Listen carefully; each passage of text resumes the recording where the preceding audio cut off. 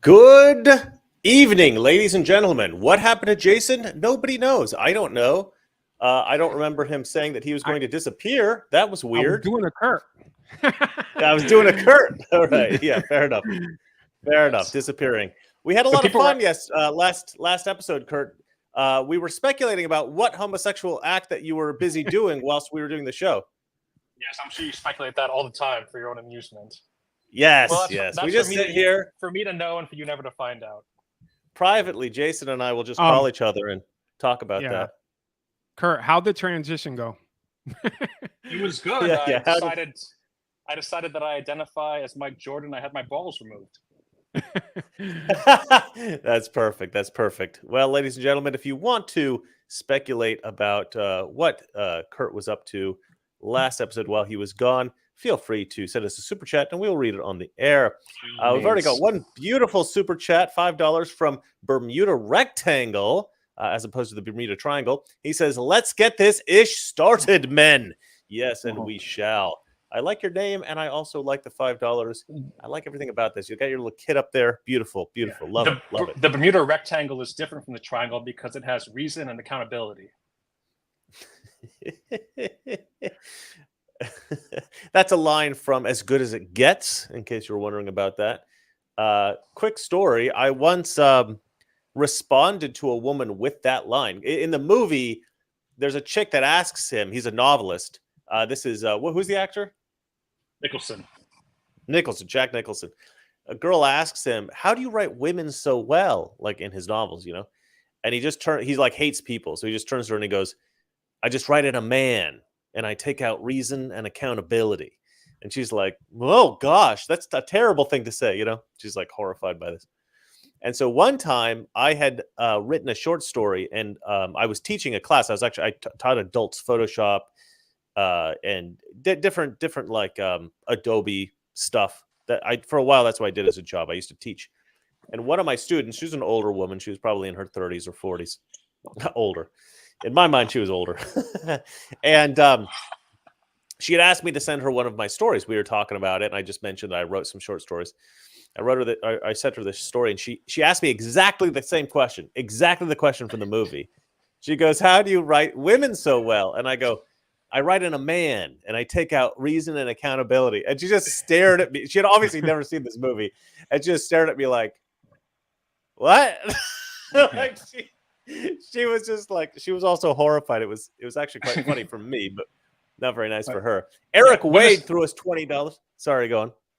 When is that going to happen? You had to do it. You had no choice. Yeah, exactly. Yeah, how often is that going to happen in my life where somebody actually asked me exactly a line from a film? It was ridiculous. Eric Wade throws us $20. He says, "Congratulations on getting the stream launched." Thank you so much for that, Eric. Yeah, we had, for some reason, I think I worked it out. Jason, for whatever reason, his browser didn't have an option for sound, so he couldn't hear anything. Somehow the sound had turned off. The browser had just clicked that off. So I asked him to get to open another browser. It took us a while to figure out that was the problem. And we opened another browser, and I think we're good to go. Jason was very quick to blame me. In his defense, if the problem did rear its head, just these two guys were there already.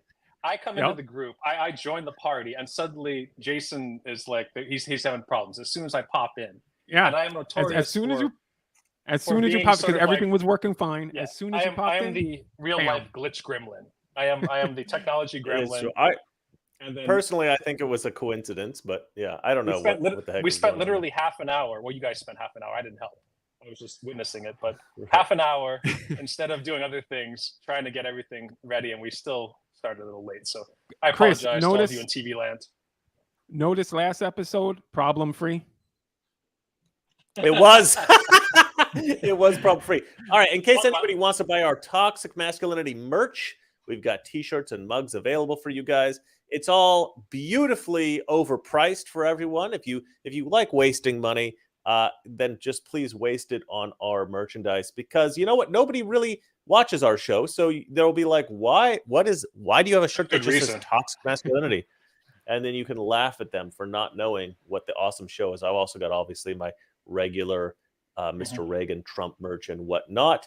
All right, let's go ahead and close that window off. Enough begging for money. Oh, Hoff Power Concrete and Simplified Crawfish Company. Always good to see you, my friend. He says, well, hello, motherfuckers. Look who decided to show up. I know, right? I know. All right, so let's get into it. You want to go, guys, go straight into the news, or do you guys personal stuff that you want to discuss? Like Kurt, for instance, have we upgraded to Hawaiian shirts? Yes, I decided that I want to make sure no one takes anything I have to say seriously. So what better way to do that than to put on the Hawaiian shirt? That's what we do here. And I'm out of shape too, so it's sort of it's good at hiding all the sins. So it's it's a utility piece.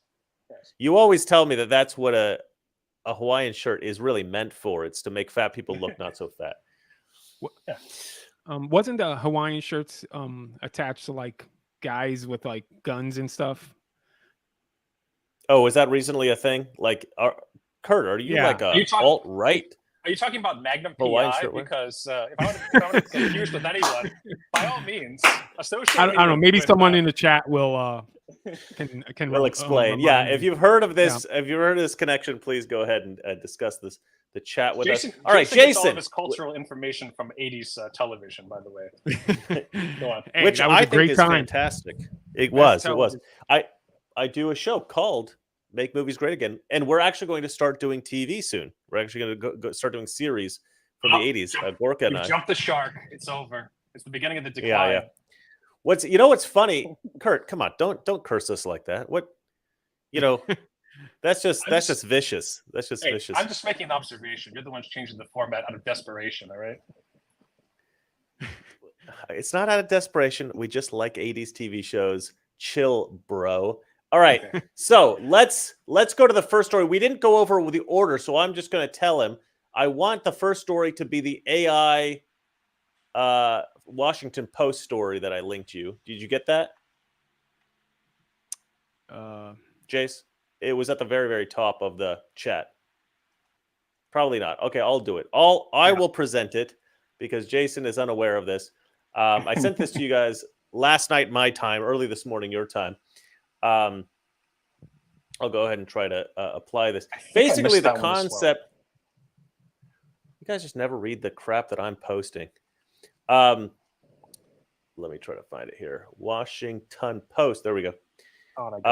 Basically, there is this idea now that's come out recently that, and I've not really heard about this, but somebody sent it to me that I know. They sent it to me yesterday, a little bit concerned. And there's this thing that people are doing. They're making sort of AI child porn. Child porn. And here's the thing about that. And I don't know if we can say that I'll probably get demonetized. I think we've already demonetized the show. As a rule, we're demonetized. We're always demonetized. So thank you guys for any super chats that you send. But look, I thought this was an important discussion because philosophically, this is a difficult argument for us, I think. Because the concept, like the reason that we say child porn is bad, like the primary reason, is because it's obviously abusive to children in like the most horrific way imaginable, right? You are destroying these children's childhoods. I mean, it's essentially statutory rape, right? Statutory rape is what it is. And then they're filming it and they're exploiting these kids online. So it's even worse than that, right? It's the worst thing that you could do. To me, child porn is the worst thing imaginable for a kid to have to be subject to that. But to create, say, like an animated child pornography, you're not actually hurting any specific children because it's a drawing, right? So it's not a specific person. And AI is essentially like a hyper-realistic version of animation.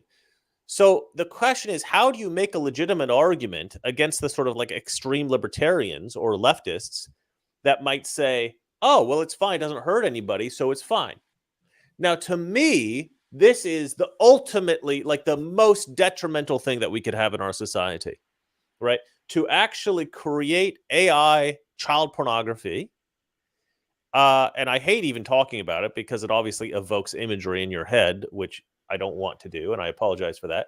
But I think it's important to talk about this because we will, like, this is a hill that I am willing to die on. You know what I mean? This is one of those things that I think is like the worst thing imaginable for our society. And this is why I'm not a libertarian, right? Because I do think we need to regulate certain things that are detrimental to our society. If you have, like, I'll give you an example. I have a buddy who's gay. And I asked him once, I said, hypothetically, do you think that people who are straight can become gay just from watching porn, right? They're watching male, female porn. And at one point they just go, oh, what if I, instead of fantasizing about the woman in this video, what if I'm fantasizing about the guy? And he goes, and I'm not kidding you. He goes, yeah, that's what happened to me. He literally said, yes, that's what happened to me. And I go, oh, okay. So my theory was instantly validated. Well, that exact same thing could potentially happen with like artificial intelligence, child pornography, exactly the same thing. And then you get these guys fantasizing about kids. And then what happens? And then there's, you got all these pedophiles running around that you've created in society because you facilitated this AI stuff, this crap. I'm going to take this down because I find it too appalling to even look at those words. But anyway, what do you guys? You guys have any thoughts on this? That's my thought. My rant is now over. You guys can feel free to go. Finally, we learned to just sort of like get into our happy place until you're finished.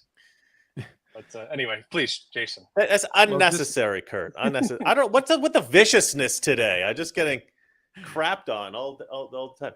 Anyway, okay, let's go. Well, just like regular corn, regular corn. It's a problem. It like you can only watch it for so long and so much that eventually you'll want to act on what you're watching, right? I mean, well, that does happen to a lot of people, right? Yeah. Yeah. So to say like that might fix a bad problem is kind of stupid. It's just gonna, I think it'll just make it worse. It'll make these sexual predators hypersexual, more prone to actually go with their feelings, actually act on it. So bad idea. Yeah. And anything that deals with children, for me, I don't know. I don't want to say it on YouTube because no, I know exactly what you're thinking. I know what you're thinking. Look, I don't necessarily believe that a person's sexuality is always inborn, right? There is this. I think I talked about this on a live stream in the past, or maybe I wrote it in one of my scripts. I can't remember, but in like the 90s, I learned this from Milo Yiannopoulos.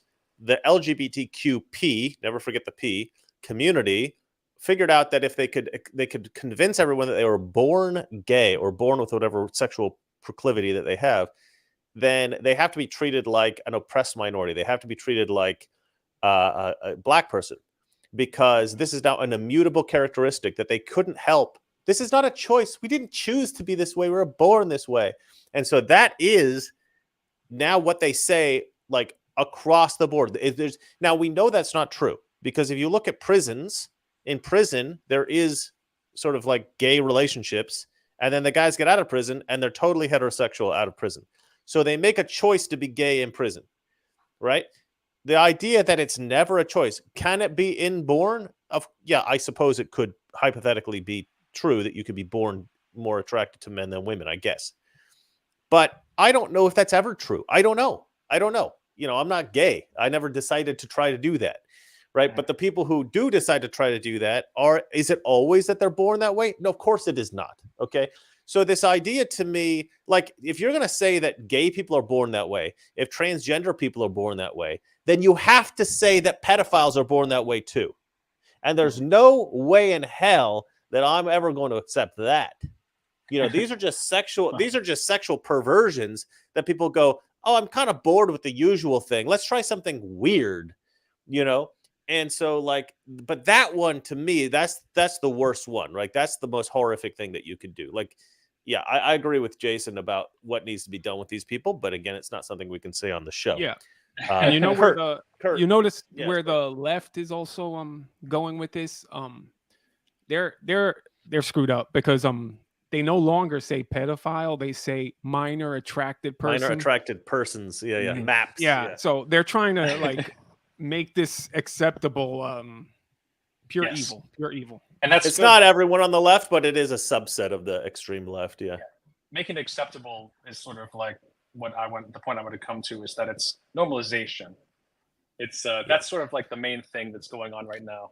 And excuse me, I keep touching my ankle. I kicked my shin, and I'm in pain, so I might be reaching Kurt, down. I hate to tell you this, but we can't see what you're doing, so you don't have to explain every little thing that you're doing off camera.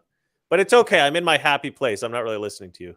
And you don't have to interrupt me over every little thing either. So I guess we're even. But anyway. No, I do. I definitely do. So Chris was talking about born this way. Yeah, nobody is born attracted to like the blue people from Avatar. This is a learned thing.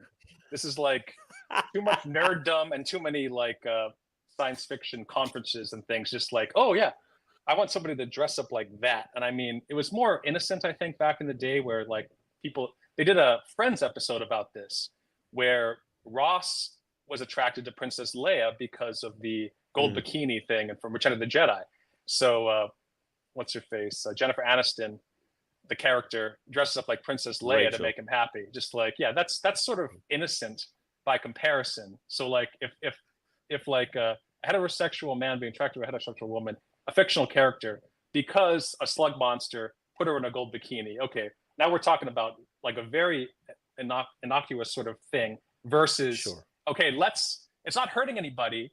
So let's create these fictional underage characters. Let's create like these weird, like furry type of situation, things like that. Just like, it's all muddling the issue of sexuality, and sexuality is supposed to be like a thing that takes a far back seat to things like commitment, loyalty, like goodness, righteousness, things like that. This is something that's supposed to be between a man and a woman, a husband and wife, and not something to be like, well, it's getting boring. Let's try to take it in this direction, that direction. Just sort of like, okay, it's sort of like the same idea as eating for sustenance. Like, I want to sustain my body, so I'm going to eat this food because it's healthy, versus I'm going to do a mukbang of like French fries covered in like cheese whiz. Just like, it's not good for you. It's not good for society. It's a perversion of all that's natural.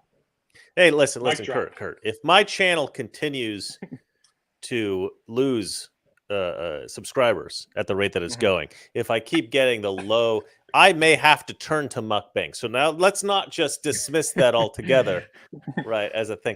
Eric Way jumped in again with $20. He says, so if somebody's born a serial killer, then they should still ride the lightning if they then they should still ride the lightning if they act on it. Same with the maps. A fake, AFAIC. I think that's another term for, I don't know what AFAIC. Do you guys know what that means? Nope. No, I know very little. I think it's another pedophile thing. But anyway, I agree with that. I agree with that. And like I always use the example of sheep, right? You have people who just get involved physically. Keep your personal proclivities out of this, all right? We know you're part. All right, Scottish. You don't have to jump on every obvious joke. Yes, okay. I that's obvious. Okay, we don't need to throw that out. Listen, there are people who do like physical stuff with sheep, right? Everybody thinks that's weird and insane, right? But they're attracted to sheep? No, of course not. They just make a choice to do it because they're like out in the middle of nowhere or whatever, and they're bored out of their minds, so they go crazy, right? To me, that's like being gay. Like, people just make weird decisions in life and stuff like that. They're not all born that way. I think the born that way argument is so stupid. I don't know why I hate that argument so much. I hate it. I hate it because it's so obviously a lie. And I hate things that are inauthentic, not genuine. I hate things that are obviously not true, but that a large portion of society just agrees to pretend that it's true. Like if they would just think about it for half a second, they would acknowledge that it's a lie. But for political reasons, everybody goes along with it. And I hate that. Like, and Republicans go along with it too. Well, like you said, it's meant to shut down conversation. It's like, well, as if it's the same thing as if someone was born with a disability, like they're missing an arm. Like, oh, you're teasing that kid. He was born missing an arm. You're teasing him for missing an arm. It's like you're not allowed to make a comment on it. And that's what it's really about. It's like if if you talk about something that's obviously not an issue that should not be discussed, well, then you're going to come to the truth. You're going to exactly, out, and they don't want to come to the truth. They know it's a lie, so they'd rather us not debate it. And that's true of a lot of Democrat things for sure. Pretty much. Yeah, but I guess what bothers me more is that I don't see any other Republicans other than me out there in the public talking about this, like saying gay people aren't born that way. Why do we keep pretending that they are? I hear no other Republicans ever say that. Maybe there are some, and I'm not aware of it. Maybe you guys could mention that in the comments. I don't know. But all right, I'm done with this story. I just wanted to put that out there as a philosophical debate. I think we all agree that AI child porn is a bad thing. I'm sure maybe there's people out there that would debate. If you don't agree with us, please go ahead and throw that in the comment section. And if you want us to talk about it on the air, throw in a super chat, and I will read it here. Otherwise, let's move on to the next story, Jason.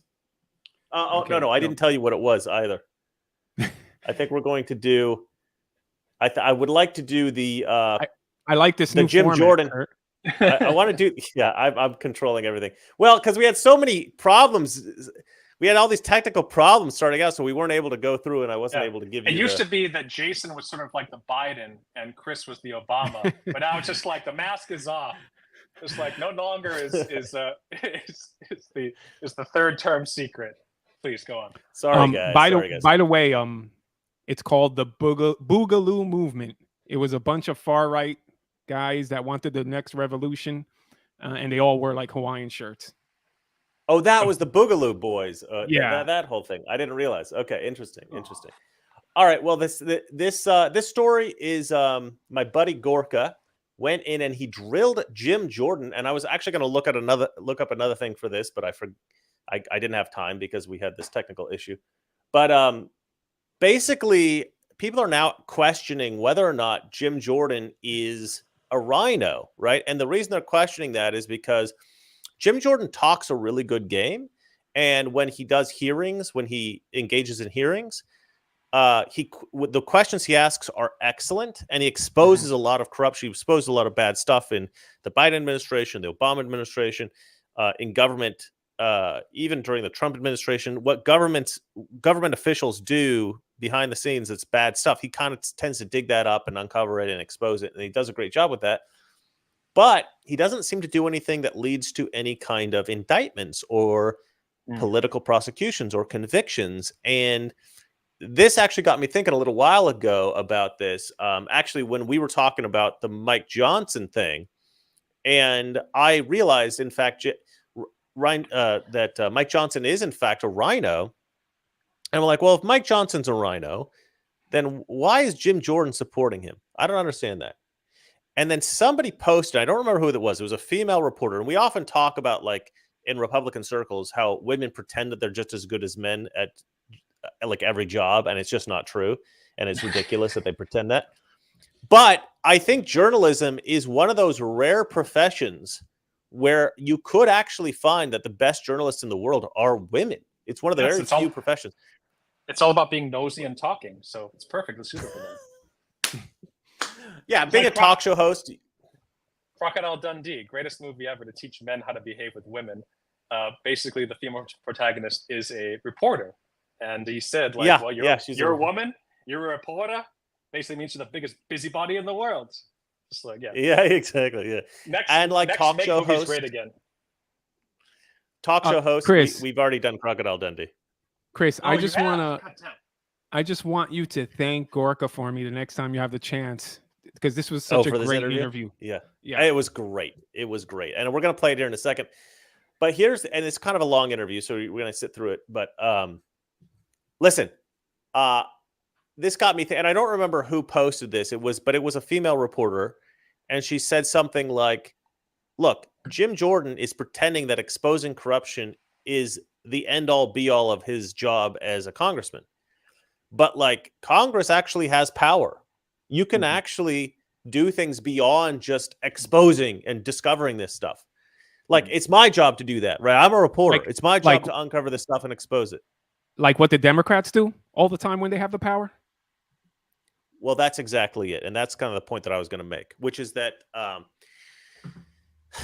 Democrats come after us even when we don't break the law. So we need to at least go after them when they actually do break the law. You know, like, why are we just exposing their corruption and then never doing anything about it? There has to be indictments. People have to go to prison. And I know it's difficult right now because we have a very slim majority in the House. We're in a minority in the Senate. We don't have the White House, but I think we can figure it out. You know what I mean? Get some problem solvers in there. And I'm actually going to do a video soon about the concept of storytelling.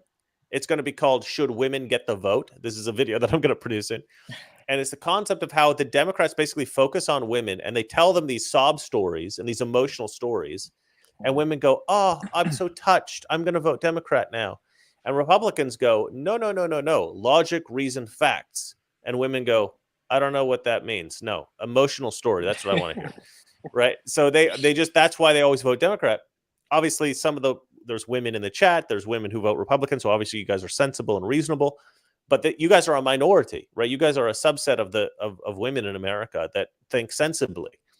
Women tend to think more emotionally, and they vote emotionally. But anyway, the point I'm trying to make is, yeah. Oh, go ahead. The point I'm trying to make is Republicans do a lot wrong, at least in terms of strategy, at least in terms of how we address what's going on. And I think that we understand that we're bad storytellers. And so we don't want to be seen as the authoritarian dictators of the left.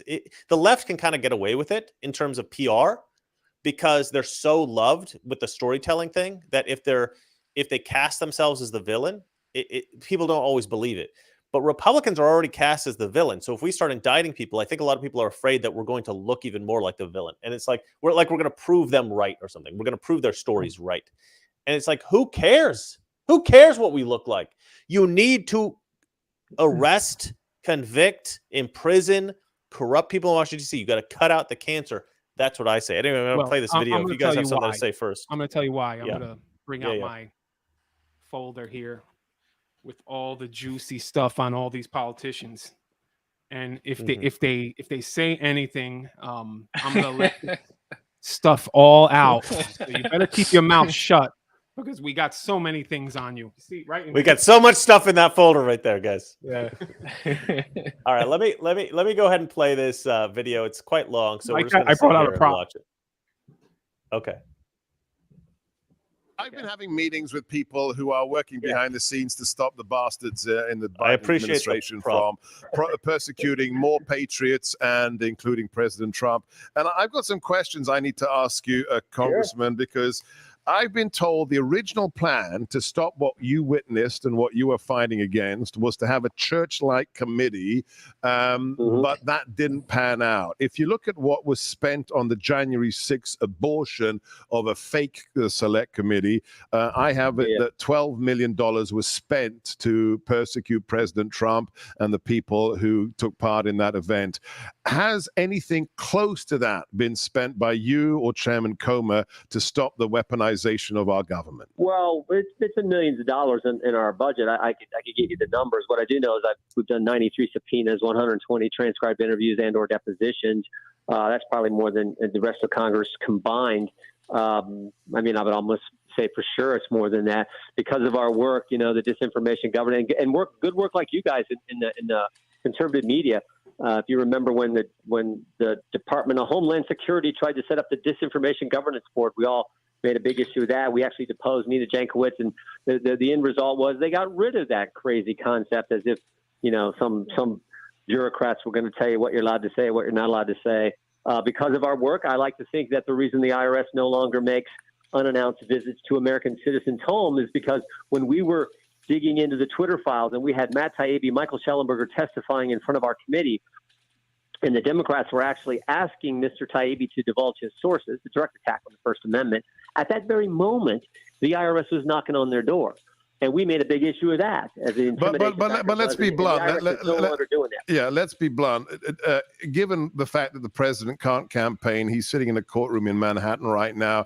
Given the fact that Peter Navarro is in a federal prison for a misdemeanor, would you say today the Biden administration is less weaponized than it was when you began your work in that committee?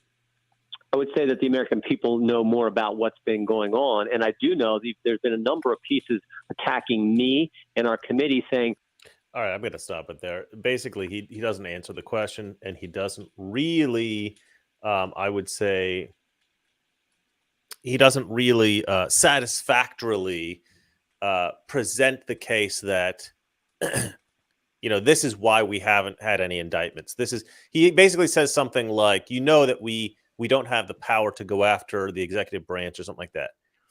And I will say, like, I'm not an expert on the powers of Congress versus the powers of the executive branch.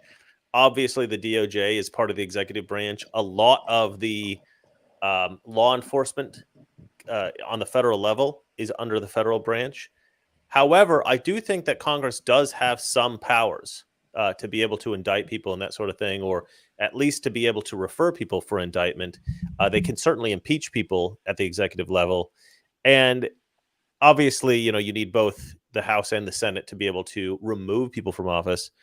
And you need like a majority. You need a majority in both. Look, they are in a bad situation. I wish though that Jim Jordan, and this is why he seems kind of rhino-y after this interview, because he doesn't say anything like, I understand what you're saying, Sebastian. I share your frustrations, and I would love to do exactly what you're saying. This is why I can't do it. Mm-hmm. Or, I've tried to do this and this and this, but my hands are tied. But I'd love to be able to do exactly what you're saying. And I understand exactly what the American people want. And I'm here for that. I want to do that. But this is why I can't. He never says anything like that. He just presents, look, my exposing things has stopped this and this and this and this. And like, fair enough. That's true. That is true. What he's saying is accurate. He has done some good. But this doesn't satisfy us, because if you do like 3 good things and the Democrats do 100 crappy things to destroy this country, and they're never held to account for it, it's like, okay, good. You stopped 3, but this 100, this 97 other things went through. So like, what are you doing? You're barely putting a dent into it. Yeah, you stopped a couple of egregious problems the left were after, but there's this 97 other problems that you haven't really addressed at all, because in order to address those things, you got to put people in prison. And you're not doing that. You're not willing to do that. Like, to me, that's the sort of hardcore thing that we need to be able to rise up to, and we're not. And I just love that Sebastian Gorka was willing to go after him and ask these questions in a more hardcore way. And if you watch the entire interview, it's really good. Somebody on Twitter said something like, "Are you paid to shill for that, rhino Sebastian Gorka," or something like that?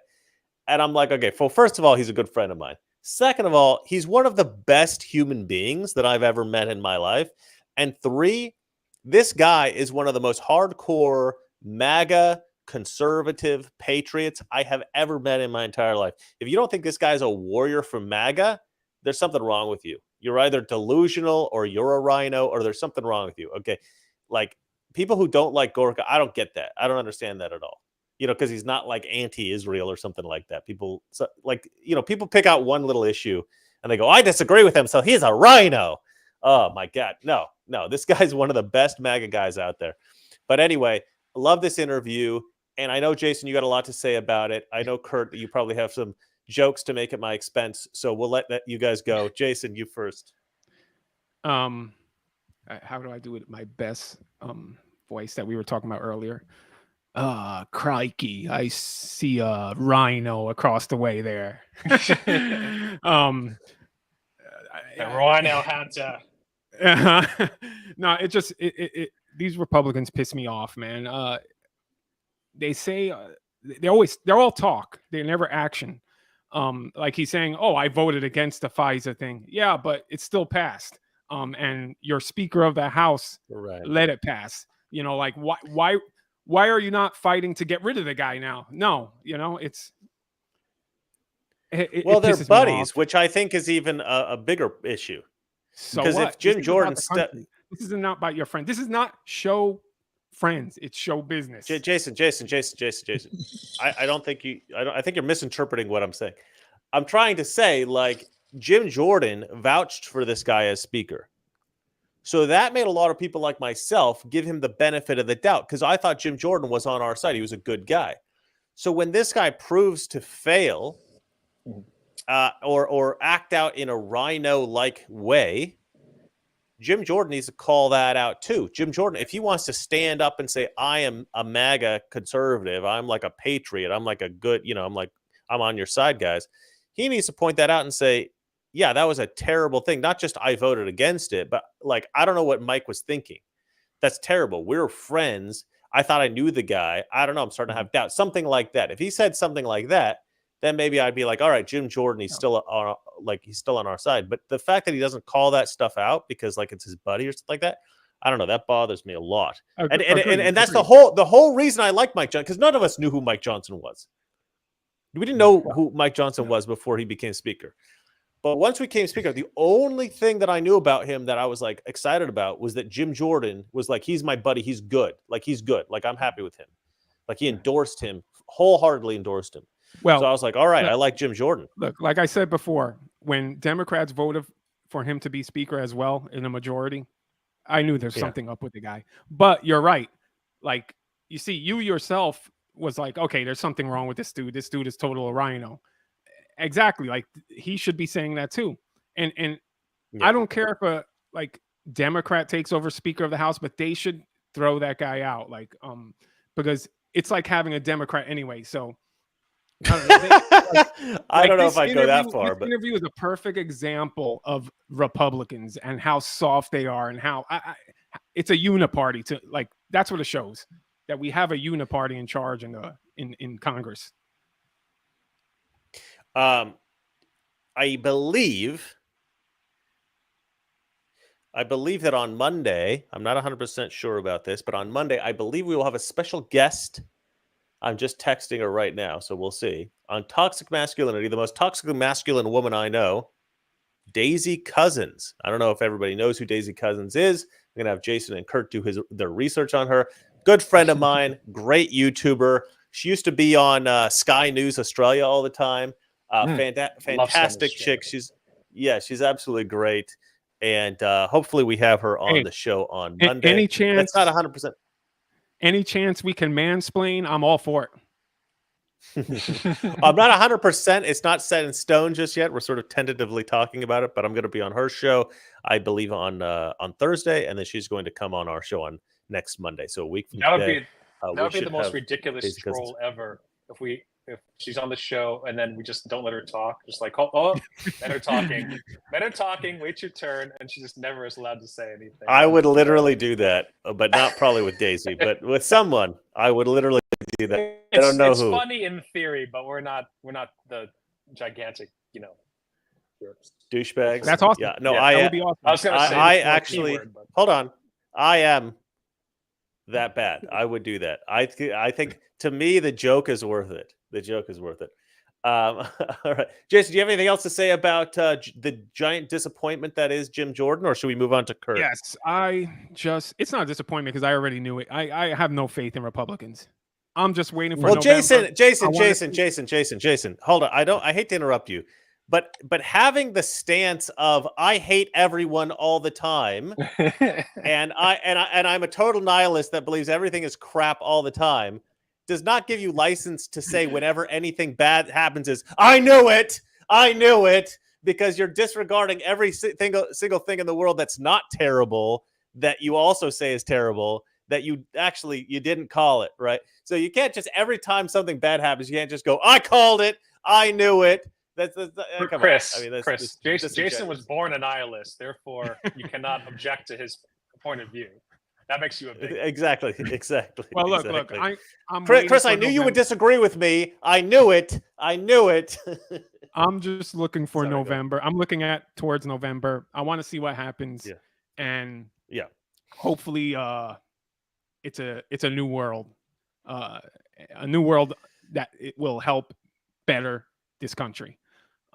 Listen. If Trump is elected, to me, that'll be one small step toward normalcy in America. One small step toward normalcy. If he does not win, we are effed. Okay. That is absolute clear evidence that this country is screwed. Because Trump doesn't win, no good conservative patriot will ever win again, because they control the whole thing. Because Trump is so up in the polls, I don't think he can lose. I'm not that bad, because I don't look at if Biden wins again as a negative. You see, I'm not that bad. I look at it can be a positive, because maybe that'll wake people up when they see nihilism. Well, that's what Kurt said last time.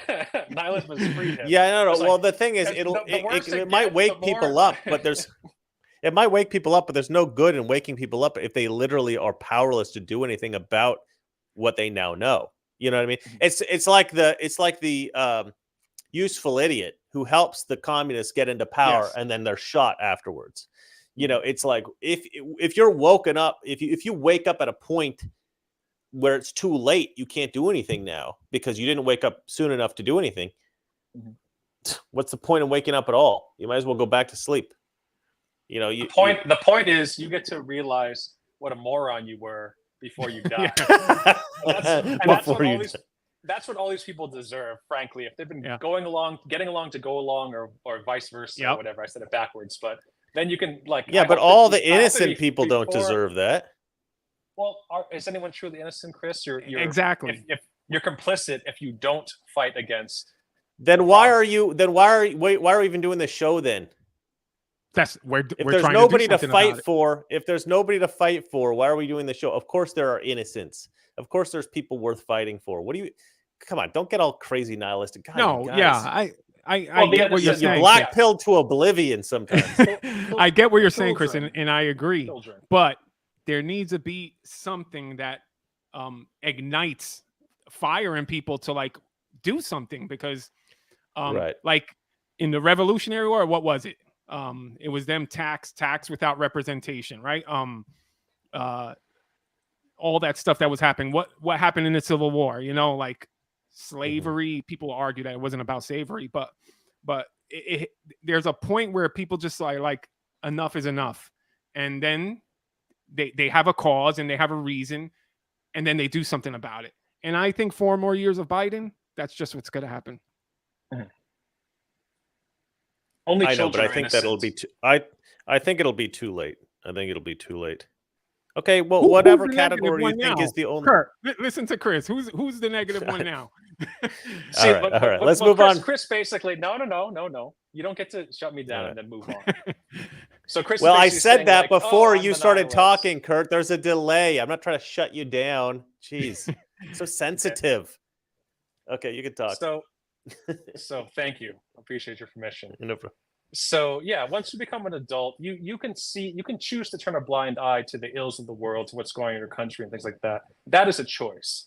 So if things are going bad and you go like, oh, what am I going to do about it? It's not my problem, whatever. When it comes time to pay the piper, you can say like, oh, I didn't have anything to do with the problem, but you didn't do anything to positively change things. You didn't do anything to fight against the problem. So I'm just saying, like, washing your hands of something doesn't mean that you no longer have any responsibility for it. You can do that all you want, but I think Jason's I don't think anybody watches this show is in that category, though. I mean, there definitely are a lot of people in America like this. There's a lot of people who just aren't interested in politics. They don't want to talk about it. They don't want to think about it. It's too ugly for them. And to be honest, I don't really blame them, because if they are not aware of how bad the situation is, I probably wouldn't follow politics either. But you have to. I wouldn't want politics, at least to a certain degree, for your own survival. That's like saying being in the time of Noah and being like, well, I'm not interested in the weather. That's not what I'm down to. I would say that in the 80s and 90s, politics was like the direction of politics was not so extreme that we were worried about losing America as we know it. So you could essentially go through life more or less ignorant of politics. That's why we've got and to it the was point okay. where we are now. Yeah, that's why we've gotten to the point we are now. Yeah, because the boomers just like everything's fine. Who cares? and they still have that same perspective now. They're the problems that the younger generations have, and they go like, "Oh, I don't see what the I problem agree. is." I agree with that. And I agree. and I back then agree. you I could agree with that. back then you could I agree with clearly that. see the subversion that was happening. Like, I agree. No, you couldn't. That's the problem. See, I No. agree with what you're saying, but I don't. No, you're wrong. You're just wrong. It's just not true. in the early 80s and 90s, I was saying this, had the same mindset. No, you weren't. When you were 15, 16, I don't think so. I know you when you were 20, and I don't think you understood quite the seriousness of the situation. Look. The problem is in the 80s and 90s, I don't think we had a terrible situation, but the fact that we became complacent because the situation was actually okay, facilitated the opportunity for bad actors to come in and be like, oh, nobody's paying attention. We can abuse the system here, right? We can manipulate things in our best interest. And I actually think George Bush Sr. was probably one of the early people that led to where we are right now, because Reagan was in office and Reagan was an outsider. And then who was George Bush Sr.? He was the head of the CIA, right? So I believe the Republican Party basically said to Reagan, we need this guy in so that, we have one of our people in. And Reagan was like, yeah, sure, fine. And I think that was the sort of like the initial setup of like the intel agencies starting to control the executive branch. With Clinton, obviously Clinton was probably, I assume Bill Clinton was compromised by those agencies and probably controlled by them. Then you had George Bush Jr. Who is he? He's Bush Sr.'s son. So you got that problem. Then you got Obama, who is, again, probably totally compromised. A lot of people think that he's gay, right? And that's what they were using to manipulate him. And then finally we get Trump, and Trump is the next outsider after Reagan. He's the first real outsider that we had since Reagan. Excellent point. That's what I was just going to say. So here's the thing, like, I don't know if I mentioned on the show before, but I'm going to say it again. So I never voted ever in my life because until Trump, ever since I turned 18, I always said it's pointless in voting because whoever you vote for, it's going to be the same person no matter what. They're going to do the same things. They're going to vote for the same policies. They're going to bring in the same commies as they always bring in the same communist policies and all that stuff. So I never voted. I was like, what's the point? It's going to be but when Trump came in the picture, I was like, this is different. There's something different about this. This is the first time in my life I'm going to vote for Trump because he's truly an outsider. Yes, I agree with you. Reagan was an outsider, but at the time he had to work with all these insiders. And so it was a great president, but Trump really brought in that, like, he brought everything out. Everything came out once he was president. Well, Trump had to work with a lot of insiders as well. I mean, but he brought all the dark. He brought all this evil out from the dark into the light. We saw the establishment at work once Trump became president. But here's the distinction I would make. You kind of act like, oh, Reagan didn't expose the corruption and Trump did. I don't think the corruption was there like it is now. I don't think there was anything like the corruption back when Reagan was in office that we have now. Now. Agreed. I could agree with that. Now, Tucker Carlson just came out and kind of laid out beautifully how the intelligence agencies ousted Nixon, right? So we have this theory, like what happened to JFK. People think the intelligence agencies tried to oust JFK, and that's why he was assassinated, right? That's a theory. Then you have this theory about the intelligence agencies ousted Nixon. I don't know what happened with JFK. I'm still sort of like on the fence about that situation. And, all the details, it's difficult to get your head around all that. But with Nixon, I think that's 100% right. I think that's 100% right that the intelligence agencies ousted him. So the intelligence agencies were kind of in control a lot.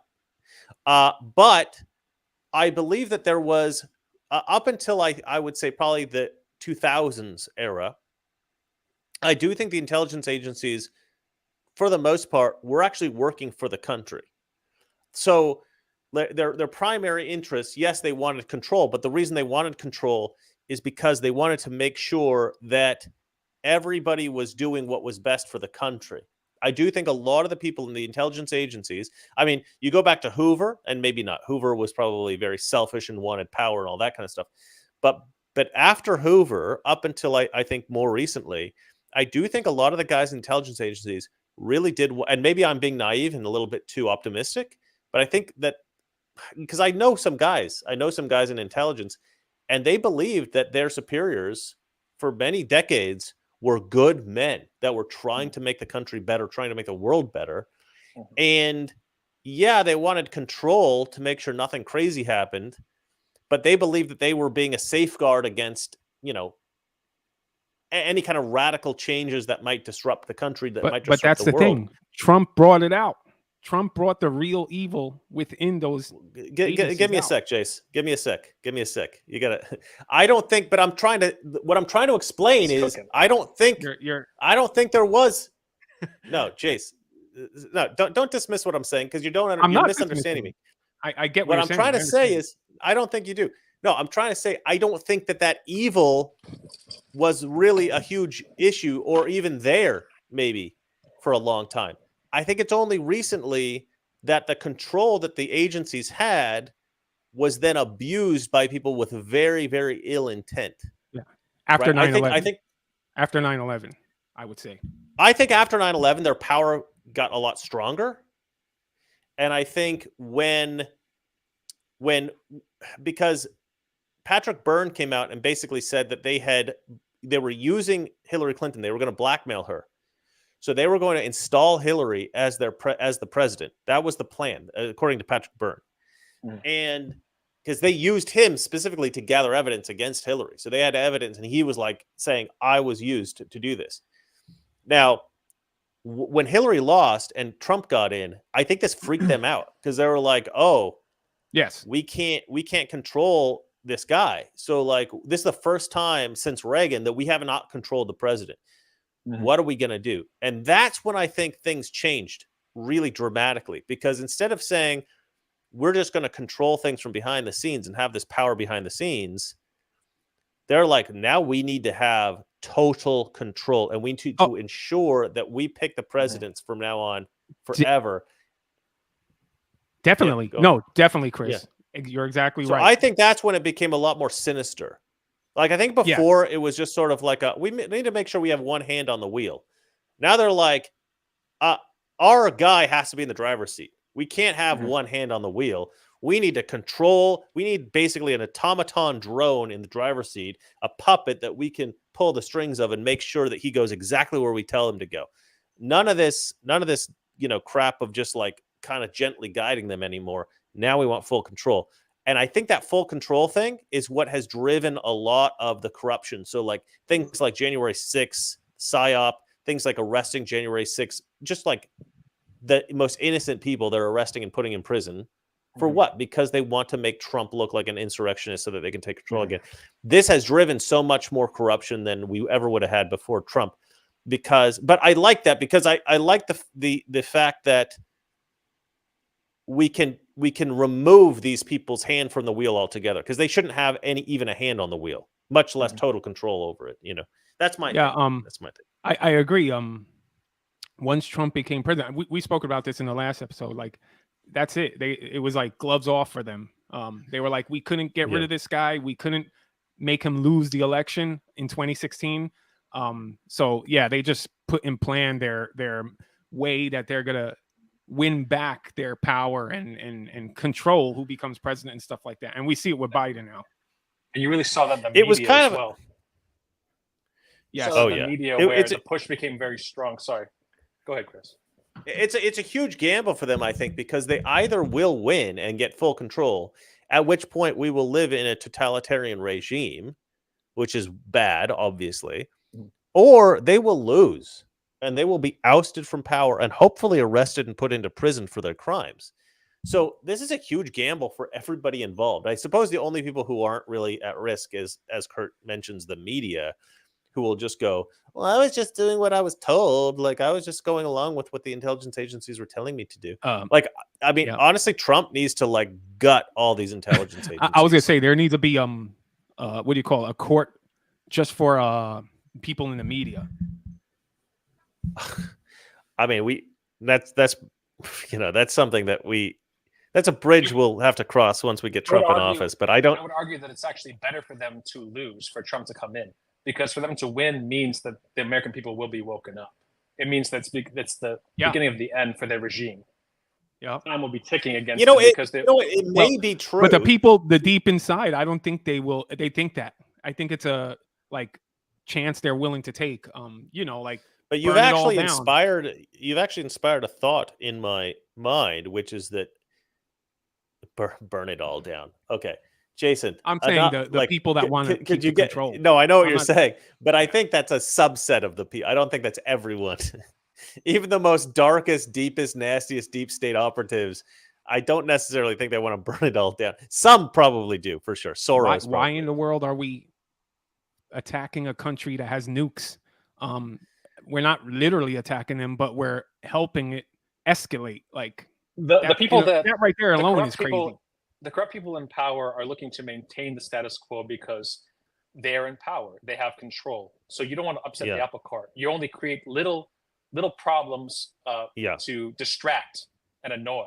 You don't want things to come to a head, because then you being the one that's like saying oh, I'm the father in this household, so if my kids disobey me, you know what, sell them a child slavery, I'll just I'll just turn my wife out on the street corner to turn tricks. Just no, you want to maintain the status quo, so you have your little threats, you have your little distractions, but you don't want to burn it all down because you're in charge. Yeah, the megalomaniac needs somebody to control. Otherwise, they don't satisfy their desire to have that power and that control, because there's nobody better to than control, anybody, Chris. Right? I certainly would. My minions. But look, I think that I've talked about this quite a bit. I think that the deep state and the establishment have. One second. Nice. I'm getting text messaged here.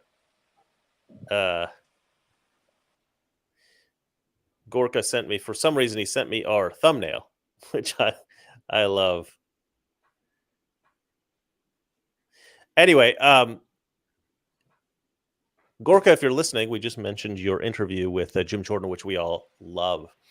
Jason in particular says, I can't believe I forgot you guys did. I can't believe I forgot that you guys did Crocodile Dundee. I love that movie. That might be the first and last episode of that show I ever watched. Yeah, it was great. It was a great episode. I do think that the deep state, the establishment, whatever, I think they're at conflict to some degree, especially with regard to the is Joe Biden fit for office question, because I think that there is half the deep state is we got to get somebody else. I mean, come on, let's be real, guys. We got to get somebody else. And I think a lot of people in the deep state, though, they're but he's the perfect puppet. He will do whatever we tell him. We put something in front of him, he signs it. What do I do? I sign here. Okay, yeah. He's just brain dead. The guy's a brain dead puppet. He's perfect. Yeah. My theory is another 4 more years of him. And I've said this before, they can blame everything on him and start new after those 4 years. Yeah, I think you're 100% right. He's a scapegoat as well for later. I have presented that theory as well on the show. I think that's 100% true. But I also think Kurt just made me think of something about the media, which is that I do think that there's a subset of the media who has thought through what's going on. They do realize, if Biden wins, we are effed. And so I think that there is a sort of subset of the media who's fighting back quietly. They don't want to do it overtly, because I see this in Hollywood all the time. And I mentioned on the show before, I can't tell you guys who contacts me, but I've had so many Hollywood people contact me and be like, listen, I can't work with you. I can't be known to associate with you, but I love your show and we're on the same side. And I totally agree with you, but I have to I'm totally in the closet about it. There's so many people in very high positions. Yeah. High positions, positions of power. Who, what? Robert De Niro. Is that what you said? Yeah. Sorry. I gave it away. Now he's ruined. No, not Robert De Niro.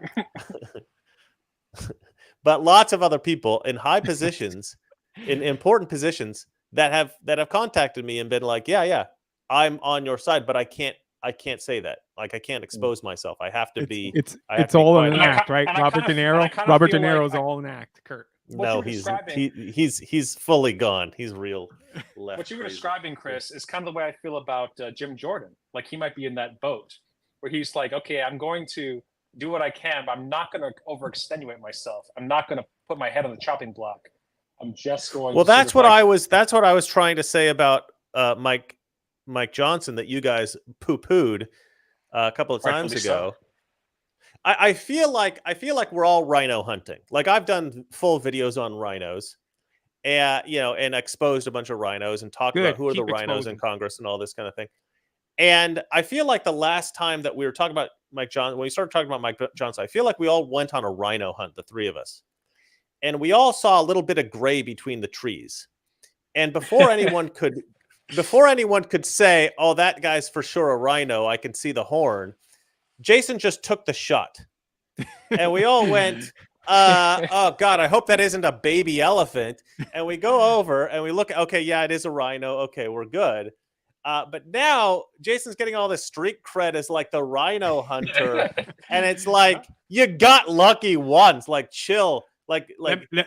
I have my elephant rifle ready at all times. Isn't that beautiful? Elephant rifle, Republican elephant rifle. It's perfect. I shared with these guys. The Jim Jordan video, and I was like, "Oh, you guys, look at the horn. Look at the shape between the trees. I'm pretty sure." And Jason goes, "That's a rhino." And Kurt goes, "Oh, looks like the rhino hunter's at it again. He's on track for it." And I'm like, "What? You guys? I shared the video. What?" I'm like being tossed to the side. Whatever, Chris. Jason's the real rhino hunter here. No, I'm the rhino hunter. and I did mention, don't say any of this on air, because this is, it's funny. It's funny to be petty, but I'm like going way too far at this point. Like, I thought that was quite funny, but now I've exposed it all myself, so I don't know. If it's funny, I'll talk about it. I don't care. This is Chris, like, in cope mode.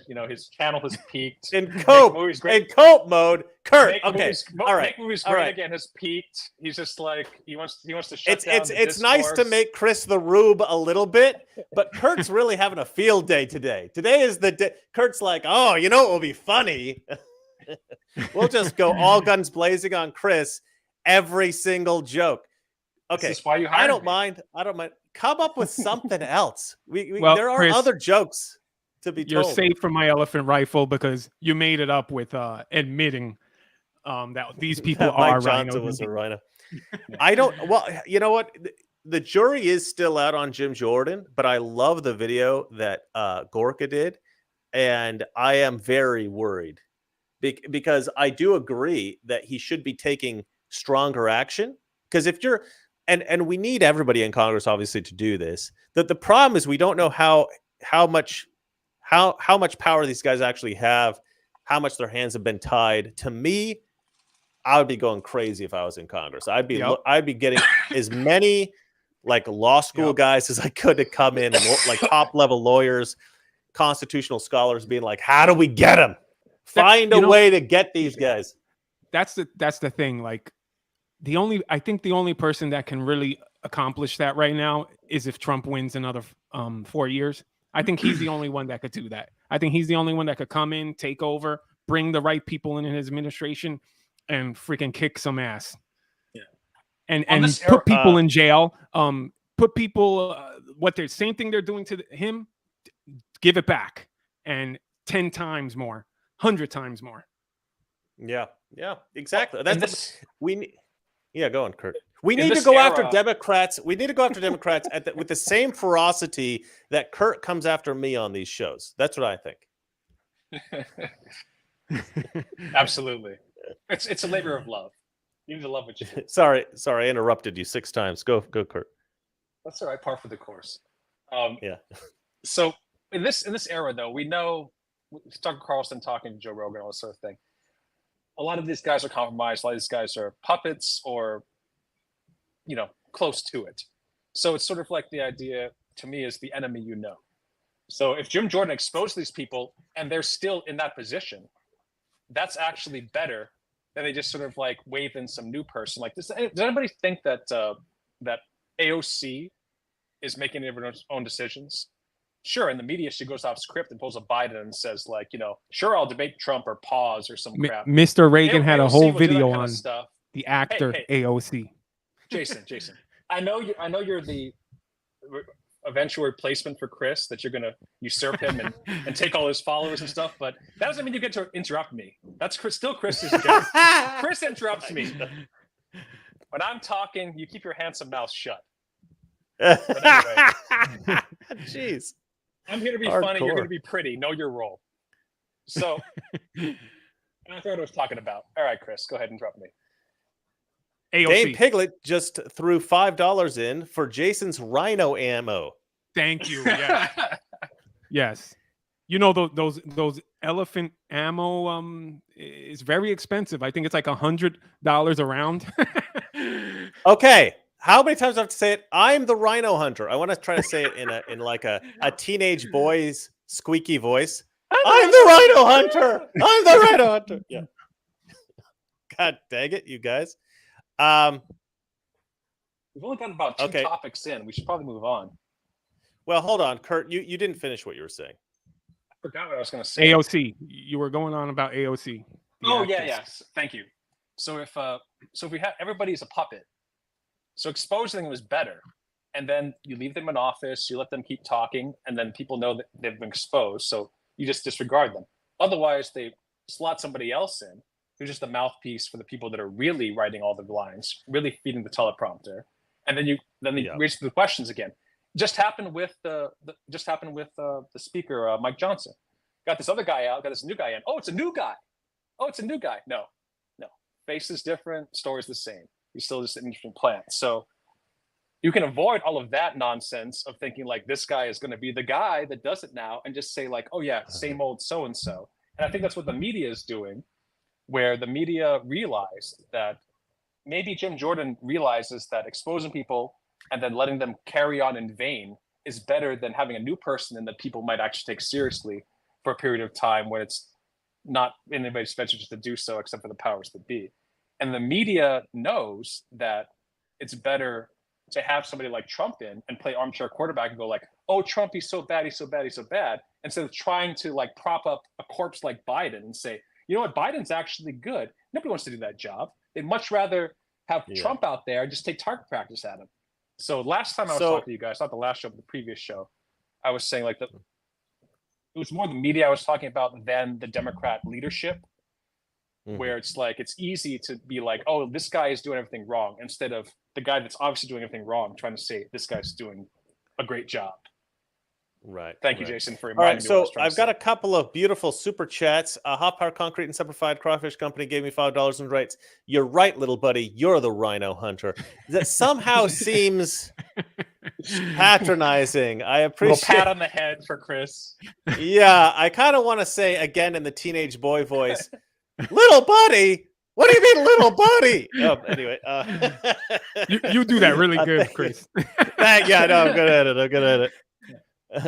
Lots of, what are you guys talking about? That's how I talk in normal. Yeah.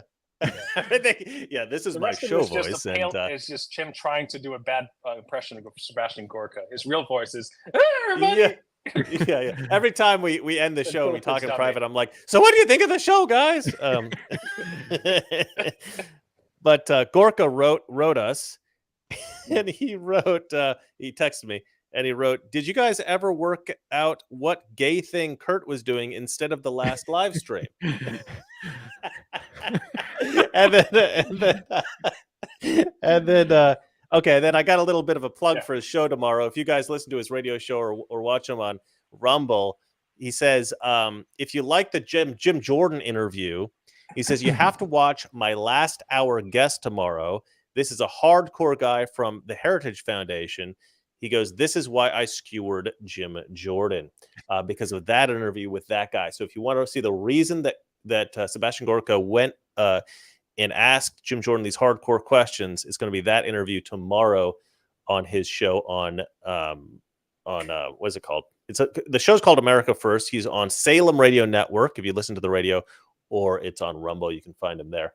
Nice. Jason, enough tomfoolery. Let's move on to the next thing. And I don't think we know what it is. So, well, I think what I wanted to do was the Tennessean.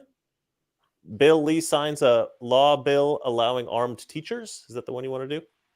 I don't even have that one, but go ahead. That was the way, Chris. Oh, my time. Okay, Kurt, why don't you present it? Oh God. You see, now Chris felt threatened. He's taking my gig away from me. You see? Well, if Chris wants to look like he's well prepared and intelligent, he can always just throw it to me. I'm the easy out. I don't have. Well, Jason, it's your audio that failed. That's the reason why we're in this position.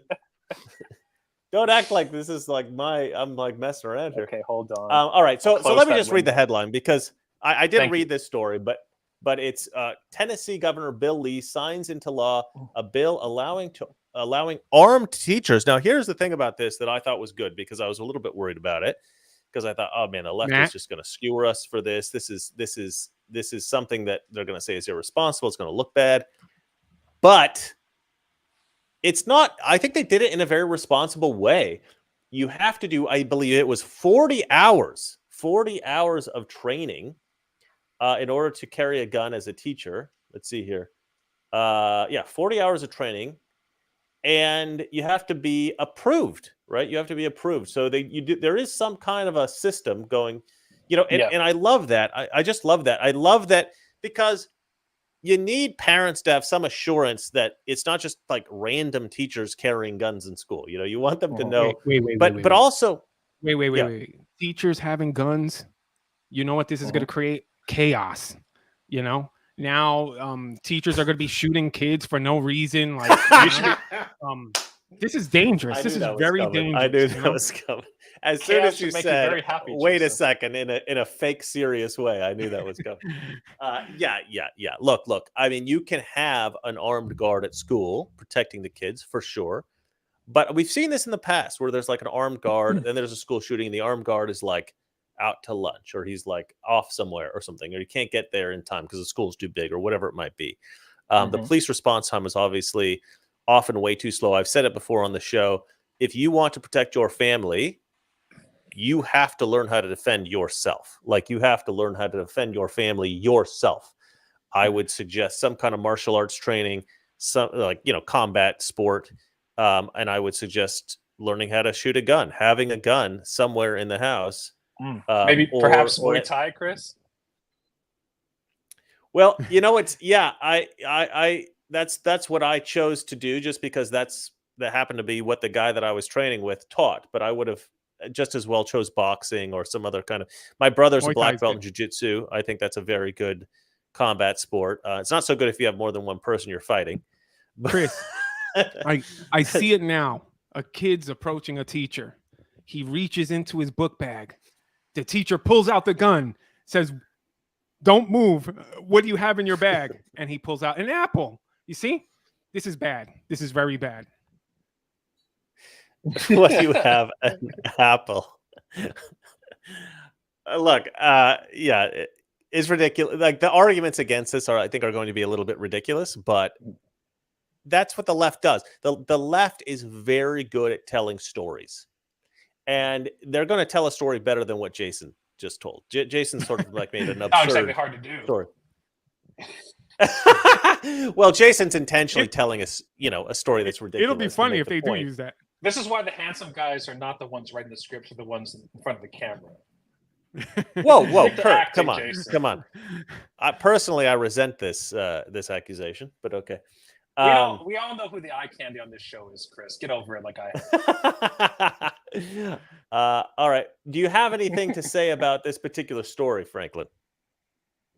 Well, you would think so, considering that I proposed it, but I was too busy making snide remarks to actually prepare anything to say right now. But yeah, I do. Actually, when reading the article, I remember one of the parts was that they have to be approved.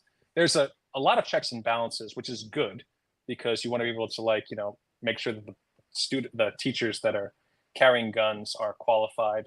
Just vetting teachers in general, I think, is a really good thing to do. But so I think it comes down to it that the board or whoever can basically say like, nah, we're going to disqualify you.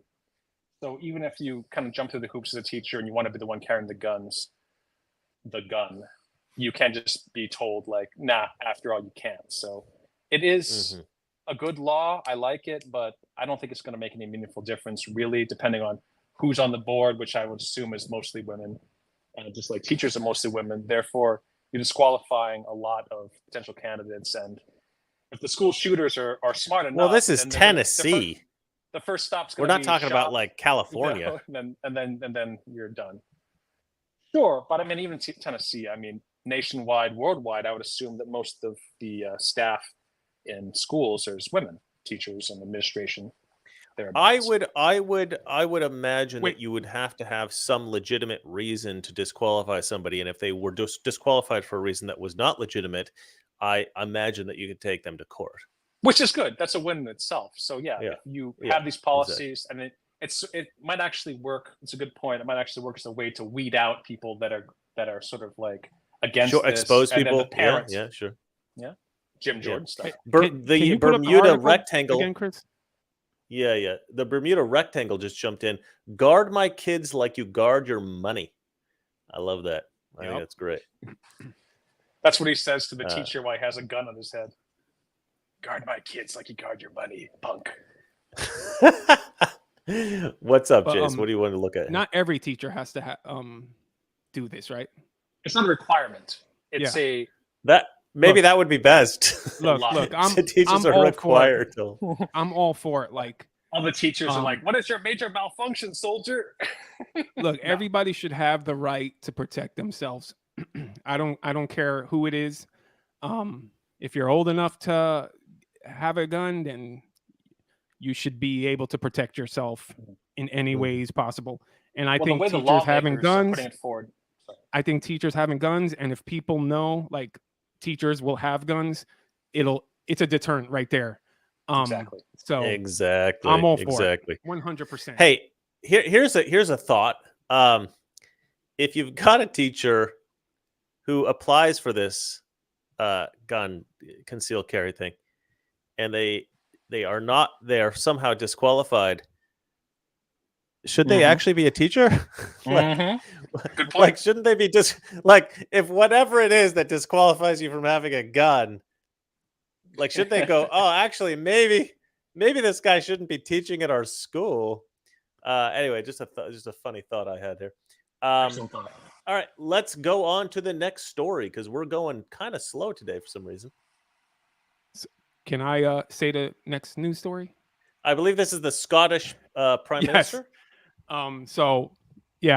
The Scottish First Minister Humza Yousaf resigns less than 1 month after introduction of hate speech censorship law. And you and I agreed on this one because you posted it earlier in the week, and then I posted again because I don't look at these things in advance until I'm ready to sit down and really delve into everything. But I think you posted two things that we had. Yeah, I think I did a whole video on something that you posted a thing about, and I'm like, I just did a video on this. I don't watch your videos, Coles. This is me. This is the ultimate sort of like seal of approval for you two, where if you think a story is worth talking about, and that I, not knowing that you already mentioned it, agree with you, then you know you're on the right track because I'm. Yeah, so we bow to your great wisdom, Franklin. That's what you should. Look, I don't think they should have ever had a non-Scottish prime minister in the first place. I know that sounds horrifically racist, but I don't care because you know what? Like, Jason talks about this a lot. Like, you don't go to Germany hoping to see, African culture. You want to see lederhosen. You know what I mean? You want to see blonde girls and like, okay, look, I understand we're not necessarily going to see traditional German culture in Germany unless we go to like an open air museum or something like that. But we at least want to see, you can go to Oktoberfest, sure. The girls with the you at least want to see how German culture has evolved and what it's evolved into, not what it has been forced to become because of this mass migration stuff. And like, to me, it's like when you get these people from other cultures as your prime minister, it's like you're begging for your culture to be deleted off the face of the planet. You know what I mean? And this guy is as far left as you can go. And he had this ridiculous idea that, oh, we want to, anytime you say anything that we disagree with, we want to be able to put you in prison. This was the worst kind of legislation I've ever seen in my life. He got backlash for it, as well he should. And I believe that, I don't remember I don't think I read this whole story, because I read this in multiple other locations, so I didn't read through this particular article. But somebody said something like, I'm pretty sure he's going to come out and say that the reason he's resigning is because of he couldn't handle the racism, which I thought was very funny. And I thought probably almost for sure that's going to happen, because he eventually, he actually had this thing where he comes out and he says, you know, there's just too many white people in Scottish politics. And I'm like, you're in Scotland. This is Scottish. Scottish people are white, you moron. It was like the most disturbing thing I'd ever heard. Oh, I think. But you know, these people are slick. Like, also, if you go down a few paragraphs, you'll see one that explains Scotland cannot look forward to a new leader immediately, though, with Yousaf saying he intended to stay at the helm as a caretaker until the next SNP nominates a new leader. You see? So it's like, you know, what's the saying? Say hello, same boss, the new boss, say hello, you know? Yes. So they're slick. They're slick. Like, he had a bad PR. He had a bad PR. Yousaf is how it's just being replaced with another one. Meet the new boss, same as the old boss. The Who. Yes, that's it. Yeah. We'll see if the Scottish get fooled again. Yeah. Well, no, but you guys don't. Here's the problem. Like, and I mentioned this before on the show, because my grandfather was from Scotland, and I have, you know, a lot of Scottish blood running through these veins. Here we go. Chris, the race card what is wrong with you guys, Chris? Why? What's wrong with you? This is what I'm trying to say. I'm so disappointed in the Scottish people. I feel like all the good Scots left, and what was left was like Graham Wells, who follows our show. Hi, Graham, if you're watching. My buddy Count Dankula, who's a little bit crazy but awesome. There's like a few like vaguely sane. I don't want to call Count Dankula sane. Let's be honest, but but there's a few sane Scottish people left. They're probably mostly over 80, and there's this weird trend to like go further and further left. I mean, Scotland has gone legit mental. Like, I think the only like rational people in Scotland are either totally closeted or just completely outcast at this point. I think it's closeted. And also, you say about the old people, but I think the old people are the ones responsible for this, because they're the ones who are like, oh, all supportive of all this diversity and stuff like that in their countries. Well, some for sure, but no, young people tend to be the people that are like super lefty. Come on, what are you talking about? What do you mean old people? Saying that the old people are responsible for these young mush brains. Oh, maybe perhaps as a culture, they just sort of adopted this sort of like beaten down, sort of like keep quiet. Well, that's exactly what they did. They kind of have an FU mentality about everything. And I think that Scottish people have been brainwashed into believing that the establishment is like super conservative and Christian and all that kind of thing. So it kind of mirrors Black culture in this country. Look, subjugated are now saying like, well, it's out of our hands. We're the put upon ones. We're just struggling to survive, so we can't control X, Y, and Z. You know, but exactly. We're the what Dan Piglet says. Did the Scots really elect him? Seriously, this is what I'm starting to think. Like, I don't think these people are being elected or put in. I think they're installed. I think everything's just rigged. There's my black pill moment, Chris. Yeah. No, well, I mean, I think with at least with the Scottish situation, I think they probably. Oh, I forgot I can show these. Sorry, guys, I haven't been showing the super chats because I forgot I could show them. The Bermuda Rectangle comes in. He says Israel's teachers are armed. Israel has 0 school shootings. Exactly. An excellent point. They also practice profiling, where they do racial profiling. So they'll stop you at the airport if you look like you're Muslim.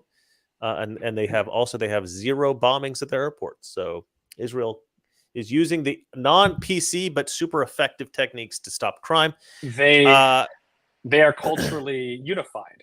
That's the problem. That's what's going on. Not the problem. That's the reason. Solution.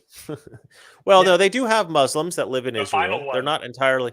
That's not really true. I think Israel is actually very multicultural. They have a lot of Muslims in the various Israeli cities, but they just don't care if they harass you if you're Muslim because it's too dangerous not to. So they're in a situation where they can't not profile, and do the things that are effective, whether or not they're popular or not. But yeah, the Scottish people, I think, have in fact been brainwashed into believing the BS that the left has fed to them, and I think they genuinely believe that they are the rebellious badasses if they vote far left on everything. Like, we're radical left, we're so radical and cool, and it's like, maybe you're just an idiot. Like, maybe because I keep trying to make the point that, like, and I got a video coming out soon called Donald Trump is a Badass, which I had to delay all my videos, by the way, guys, because just the way that my ad structure is laid out for my advertisers, I have to delay them. But sorry, I don't want to, but they're delayed. It's either that or do twice as much work, which I'd rather not do. So I do think it shifted at some point in the 90s from the left being the counterculture to the right being the counterculture. Now, being right wing is being rebellious, is standing up against the establishment, standing up against the powers that be. The man is no longer the straight white Christian man. The man is now the feminist, essentially. So you've got this uber power. You know what annoys me? That Jason's camera is a little bit lower than ours, so it makes him look a little taller than us. Now, I understand that he is in real life taller than us, but it still bothers me. Jason, how tall are you, Jason? You're like 6'1", something like that? 6'2". 6'2". Jeez, he's a giant. Yeah, me and Kurt are a piddly 5'10", I believe. Well, I'm 5'10". Oh, Kurt's tiny people. You know the Scottish people right now. I'm 5'10" on a phone book, so speak for yourself. I think right now the Scottish people, they're Robert the Bruce right now going against Mel Gibson's character. But they don't have William Wallace. The problem is Robert the Bruce unopposed. Exactly. There's no William Wallace to counter that right now. I'm William Wallace, but I'm here in America. That's the thing. I do think a lot of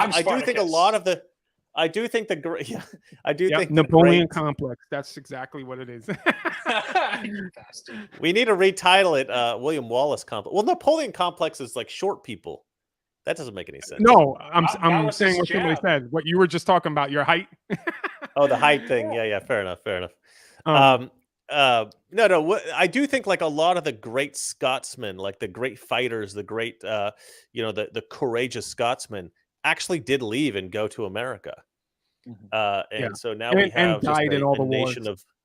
This is a theory I expressed to you years ago, Chris, was that we have wars in other countries and they go like, oh, there's a war in this country? Like that's a byproduct of globalism. Just like, oh, this country's not looking so hot.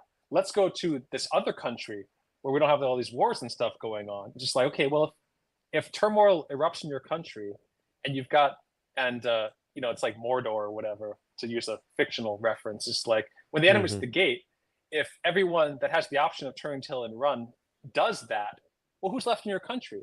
You're now a nation of evil because it's being ruled by the people.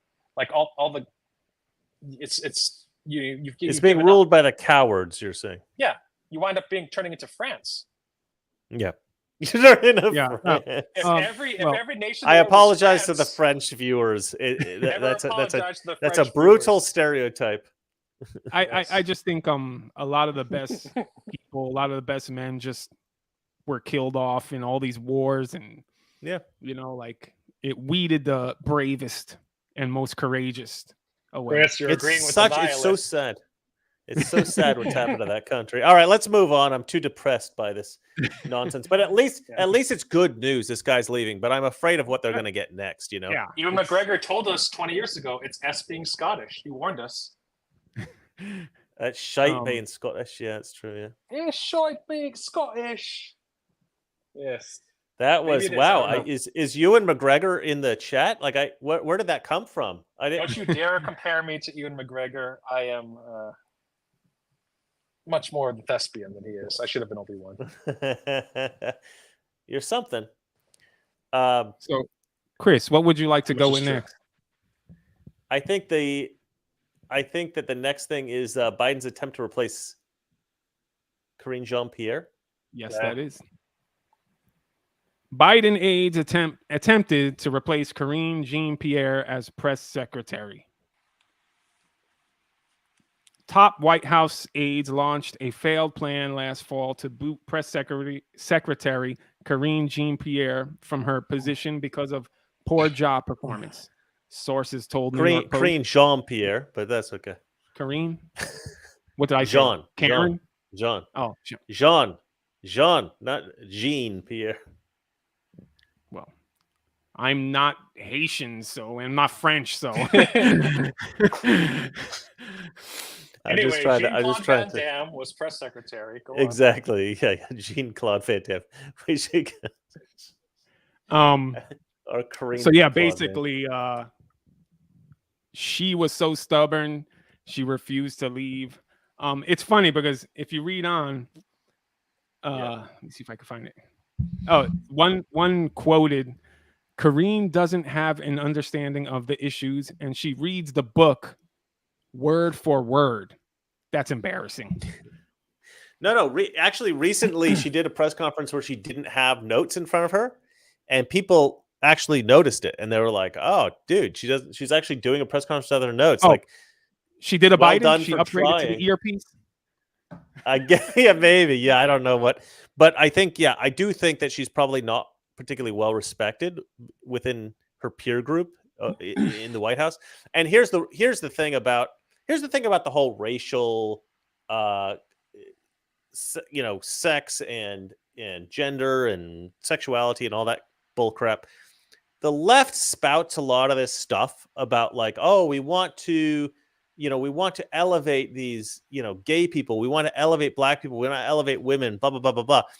But when you actually get to know somebody who's gay or who's black or who's a woman or whatever it might be, like personally, no matter what that person is, you can't help but to see who they are individually. You have to kind of like see past the demographic data, and you have to see who they are. And that might be a good thing, and it might be a bad thing. Right? So like in the case of Karine Jean-Pierre, I think she's all elevated because she's this like gay black woman. And so they all look at her as like, the god of the left, essentially. Right. Their goddess, Karine Jean-Pierre. But then when they actually get to know her in real life, after weeks and months of working with her, they're just like, she's an idiot. I think that they just have to kind of come to terms with the reality that the diversity hire that we picked is, surprise, surprise, not that good at her job, And yeah, so I think some that put her in realize, oh man, this is just proving the right's point. Yeah, the conservatives, correct. Yeah, right. We need to get rid of her. Exactly. Because we notice it, of course, and we call it out, of course, and it does take a long time for the left to cop on to what conservatives are saying. Like it was funny actually. I did a report on NPR, which is going to come out in like a week, about how we need to defund NPR. They're not particularly strongly funded by the federal government anymore, so I don't even know why it's even a question. Like, just defund them. Like, I don't understand what the problem, but whatever. But what was interesting is that I actually looked up what they had to say about the Hunter Biden laptop story, because NPR famously put out this notice that said, we're not going to ever cover the Hunter Biden laptop story because we don't cover news that isn't real. That's just a distraction. That's a conspiracy theory by the right. We don't want to cover this because it's not real news. And everybody on the right was like, what the hell? Like, this is, we know this is real news. You're pretending that it isn't. And then you're putting out this super dismissive statement. So I just checked to see what if they'd ever produced any statement on this or reported on this at all. And they actually had one woman come on who was a complete lunatic, by the way. She came, and there'll be clips of it in the video that I put out, but she actually says that the Hunter Biden laptop story, she says, you know, you got to try to figure out if it's true or if it isn't. And the host, to her credit, said, well, is it true or isn't it? Is the Hunter Biden laptop real or isn't it? And the woman said, well, I would say it's leaning toward about maybe say like 80% true. And then she said, but by now, this is her disclaimer for it's true.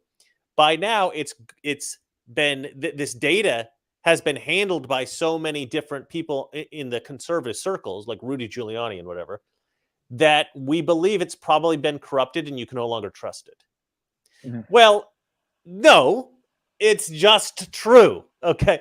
To sit here and say, oh, I'm going to assume that Rudy Giuliani corrupted the data. Show me an example of that and maybe I'll believe it. But she was just saying that to discredit the Hunter Biden laptop story, even though she had to acknowledge that the Hunter laptop story was true. But what was weird was that, okay, so she says that, okay, yeah, I guess it's true very reluctantly and says, but Rudy Giuliani probably corrupted it, right? Which is obviously a lie. But then she goes on and she says, the news media was too quick to dismiss the story. And, well, we know why they dismissed the story, because they wanted Joe Biden to be elected. They were trying to help him out. But she said the fact that they never reported on it was a little bit of a mistake, because now we're in a situation where I'll be confronted, or, you know, we on the left, we will be confronted by information about the Hunter Biden laptop story, and we don't know anything about it. All we know about it is that it's Russian disinformation, which turns out not to be true. So the only thing we know about the Hunter Biden laptop story was a lie. And so the fact that the media, we've been kind of irresponsible in not reporting about it, because now we can't arm the left out there with they're real hamstrung information. now. Yeah, they're hamstrung. They've hamstrung themselves. And it's like, but the thing is, that's not the only story that they've done this with. They do this with everything, right? They do this with everything. They hide all the information from their people because they don't want people to know the truth. And then when we confront them with the truth, they're like, ah, crap, you know? And we've got this situation where Karine Jean-Pierre is obviously terrible. She's a diversity hire. So when we go, look, this is an example of a diversity hire, they're terrible but out their job, that's a very convincing argument, because everybody sees Jean-Pierre failing every single day. And so when they hear a conservative say this, they go, oh, crap, that's true. And they have nothing to say against it. And so you actually see articles in the media saying basically, like, don't do your own research. Don't believe your lying eyes. You're seeing these as articles in the media, basically saying, like, if you do your own research, statistics show you might be a bigot. You might be a white supremacist. Like these ridiculous scare tactics. They're just like, if you just don't swallow the swill that we're feeding to you, like, you're problematic.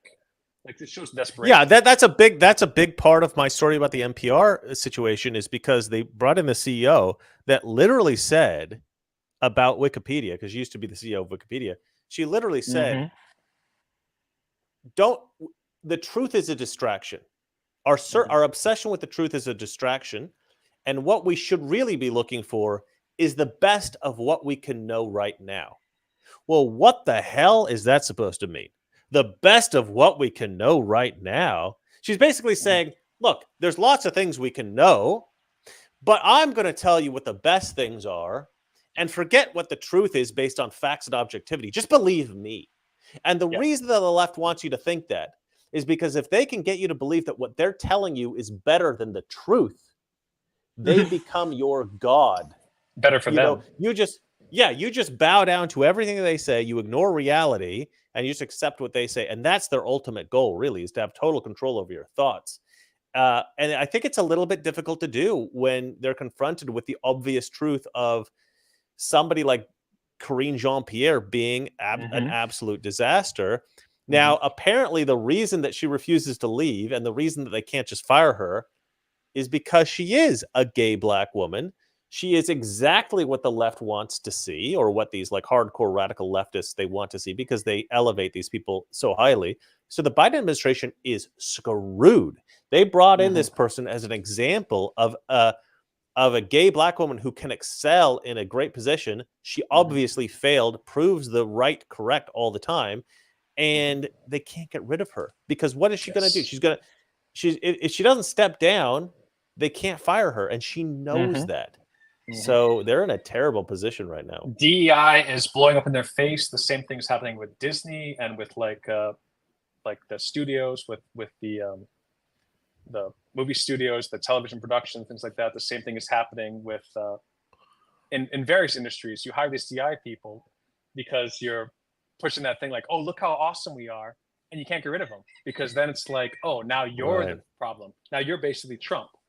You're firing these people that are these poor disenfranchised people, and this is what the PM of Scotland, that was basically his exit interview. He was just like, oh, people that look like me, we can't, like, I would have never dreamed of being the PM. Yeah, you shouldn't have, because you're incompetent. You should have never dreamed of it, because it should never happened.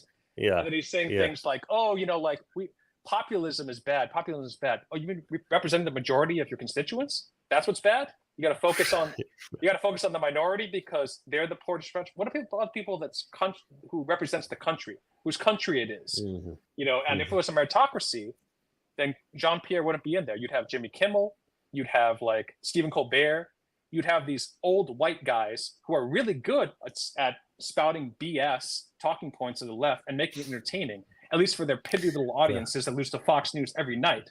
But there's still people are listening and laughing and paying attention, as opposed to Korean Jean-Pierre, who's just a complete joke. Korean Jean-Pierre is basically like the Little Mermaid movie, where they replaced Ariel with Black Ariel, and everybody just like went shrugged and walked away. It's embarrassing. It is in her. The rooster agrees with you. In her defense, her job is trying to make Joe Biden look good. An impossible job for everyone. An impossible task for anyone, really.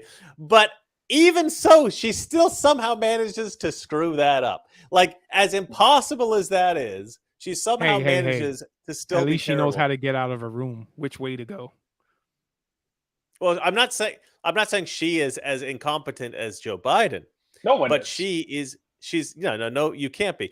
But she's not been able to in any way whatsoever. Like, even when she tries to lie, she fumbles it and she's like screws up. She can barely read her notes. She's like, she's a communications person. That's her whole point. Press secretary. Her whole point is communication between the press. And they ask her a question. And she's like, I can read from this book and tell you what it says. Like, that's how she does. It's like the craziest thing I've ever seen. The Democrats have deep pockets. They've got taxpayer money. Hire Ellen. She's not busy. They could literally hire anyone. She's desperate to be back in the limelight in the public eye. Hire Ellen. Let her do it. That's a genius. That's a genius 10 idea. Minutes of stand up, and then just rifle through all of the talking points and then be out. Good night, everybody. Shut the F up. Why are you giving them good ideas? Okay, it's actually good. Having better ideas than the left is like breathing. Okay, it's like just cut off the show entirely. If you don't want me to say things that are smarter than the leftist leadership, you just have to cut me off. I can't be on the show. In this particular area, just let's not give them any ideas. All right, Jason, do you want to say something, or do you want to jump into the next story? No, I'm through with that article. So the next one, which is a good one, Jerry Seinfeld.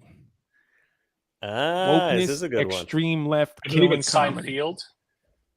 Seinfeld? It's not Seinfeld? Yeah, Jason, it's been mispronouncing a lot of things today. I don't know what. I always thought it was Seinfeld. Jason, it is, but that's not what you said. That's not what you said. I did say. Oh, anyway, so they're just jealous that I'm taller. Anyway, that is true. It's irrelevant to this statement, but it's true. But he has a good quote in here. He says about people. Now they're going to see stand-up comics because they are not policed by anyone. The audience polices us. We know when we're off track. We know instantly, and we adjust to it instantly. And then he says about like movies and stuff or TV. But when you write a script and it goes into 4 or 5 different hands, committee groups, here's our thought about this joke. Well, that's the end of your comedy. Absolutely correct. I actually should have jumped into a number of people posted this on Twitter. I should have just played this because it's pretty good stuff. But I didn't do that ahead of time because somebody's headphones weren't working.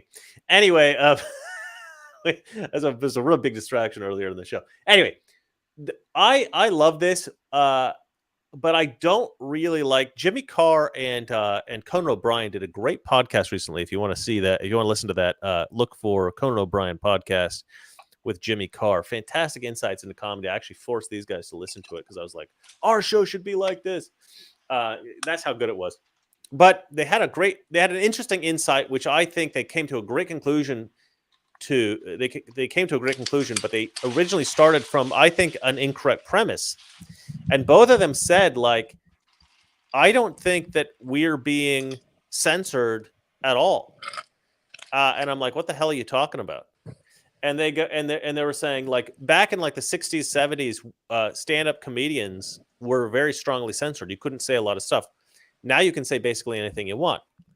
And it's like, yes, in terms of what's vulgar and what's nasty and what's dirty and what's offensive and what's gross and what's, you can talk about, Jimmy Carr often makes jokes about, like, gosh, I want to tell some of these jokes, but they're so vulgar. I don't think I can. I have jokes in my head that I don't think I should tell on this show. That's how bad Jimmy Carr's jokes are. But and they're right. We've opened up a lot. We're a lot more free when it comes to comedy. But in fact, we've started to censor things that we used to be able to say. So you used to be able to make jokes about black people. We can't make jokes about black people anymore, right? And their premise is basically like, well, I'm not censored about the stuff I want to say. So nobody's censored about anything that they want to say, unless you want to say something that I wouldn't make a joke about anyway, and therefore you deserve to be censored. That's kind of their position. And I'm like, well, that's not really, that's not really, you're not presenting a case that, like, nobody's censored. You're presenting a case that you've not been censored. So congratulations to you. It's you sort of fit like into some years ago we were talking about this, where there was, I forget the exact country and instance, but there was a woman who was being confronted by the media saying, like, oh, these immigrants, these migrants are raping our women. Probably, if we weren't demonetized before, I said the R word. But anyway, they're doing bad things that the women don't want to the women. And she was just like, nobody I know is having that problem. And then her niece, it happened to her. And then she's just like, oh, oh, whoops. So yeah, it's like, okay, we're not. It's never a problem if it's not happening to you. Therefore, it doesn't exist. Yeah. But here was the really crazy thing when they came. This is the conclusion they came to, and it completely undermined their entire initial argument, which I thought was amazing. But I love these two comedians, so I like listening to the podcast. But the leftism sometimes is just insufferable. And in this particular case, they came to the conclusion that the reason that it's okay for a lot of comedians to make off-color jokes or racial jokes or whatever is, and this is what I'm paraphrasing, but this is what they said. What the difference between somebody who they would find offensive or they would want to be canceled or whatever, and the people that they would sort of give a pass to, is their perception of the intent of the comic. And I'm sitting here and I'm listening to this and I'm going, well, that's not a principle. That's not saying nobody's censored. That's saying the people I want to be censored are censored, and I'm okay with that. Well, that's not really a reasonable rule. Either there is a rule against everyone being censored for saying crappy things, things that we don't like as a society, or we let people say whatever they want and people don't get canceled and people don't have this societal pressure to conform, and I actually think that Jimmy Carr is actually very successful in the UK, but he's not so successful here. Conan O'Brien has kind of drifted into obscurity a little bit. I mean, he's got his podcast very popular. but he's no longer really a big comedian. He's just this podcaster now, and it's a little bit of a different thing, I would say. He's gone the route of like a Larry King. He's sort of, like you said, kind of like making his way down the totem pole, sort of like sliding down, much like the same way that Leno has. He has his car channel, his YouTube channel, and his podcast and things. Yeah, they found things that will work for them. Once you reach the apex, but I would say eventually it's inevitable. Well, but I would say that the big comedians now are ones you probably haven't heard a lot about, but I found a guy on Twitter that I thought was very funny. I wanted him to do the show with us because I thought, well, he's a comedian. He probably doesn't make that much money. He would do a show like this. He makes a fortune doing stand-up because we're in like a comedy vacuum right now because everybody's terrified to be a comic. Yeah, and so they're doing stand-up now, and they're going around the country, and they like sell out stadiums because everybody wants to listen to these comedians who are willing to say the things that everybody else is terrified to say. And I would also go so far as to say Jerry Seinfeld, who was at the top of his game in like the late 90s, that guy can still sell out a stadium. You know what I mean? If that guy goes and does a stand-up show, he will sell out whatever venue he goes to, whatever venue it is. Because even though he's kind of like obscure now, he's still revered as a stand-up comedian. Anytime you see him come out and do some kind of stand-up thing, everybody goes, holy crap, this guy's hilarious. It always makes news. He's a legend. If he does like a Netflix thing. But he's still funny. At the top of his game. He left when his show was on the top. I don't think it was. I think that helped him in the future. I don't think that's the for sure, but I don't think that's the end all. I think if he was not funny anymore, and he still left as a legend, he would just be considered a legend, and it would be that awkward thing where you go, "You're a legend," but in the back of your head you're thinking, "But not really anymore," you know. But Seinfeld, But he's still very funny. Like he's still, I think, at the top of his game in terms of his ability to crack a great joke. And so I think that he can, because he is to some degree willing to say things that are true that other people aren't willing to say. The big thing that he got in trouble for, this was great. I don't know if you guys remember this joke, but he basically said like, we're very narcissistic nowadays. Like we're very sort of dismissive of other. We kind of treat people like they're disposable. He goes, ever since we got like social media and like the iPhone, he goes, we flip through our chats like a gay French prince. Who shall I honor with my presence today? You know, he's like he's got his phone. He's like flipping through it. You know, with these grand strokes. But because he used gay in terms of like the gay French prince thing. French Prince, not Fresh Prince. Fine distinction, but you guys get the idea. Because he said gay, some people went after him and they tried to cancel him for that. And he never apologized for this. I don't know if he kept doing that joke, but he goes, "Oh, grow up," or something like that. He was just like, "Get over it." He's like, "I'm just making a joke." Like you don't expect a straight gay prince to be going, "Who shall I honor with my, grace with my presence," or today. A French one for that matter. No. Proper criticism is that his joke was redundant. He could have just said French Prince. That's why we have you on the show. I don't know what this like steamrolling of Mr. Cole's Mr. Reagan is today, but that's the crap that I brought you on here for. Okay. Dance, minion. All right, so also I like about Seinfeld is he doesn't hold back when people are asking him stupid questions or he'll answer back and like tell them like it is, you know. That's the benefit of being a living legend. He's got clout and he's got FU money. So he'd be like, who cares what you think? I'm Seinfeld, you know, buddy. He can just be like, just say and do whatever the heck he wants, which is great because he's free creatively, which is why people like the stand-ups, because the stand-ups are like, okay, I do what works, and the rest of it, it's the opposite of Korean Jean-Pierre. You have to, you get rid of the nonsense and you just go with what works. You got to be on top of your game, and that's what he was saying in that statement.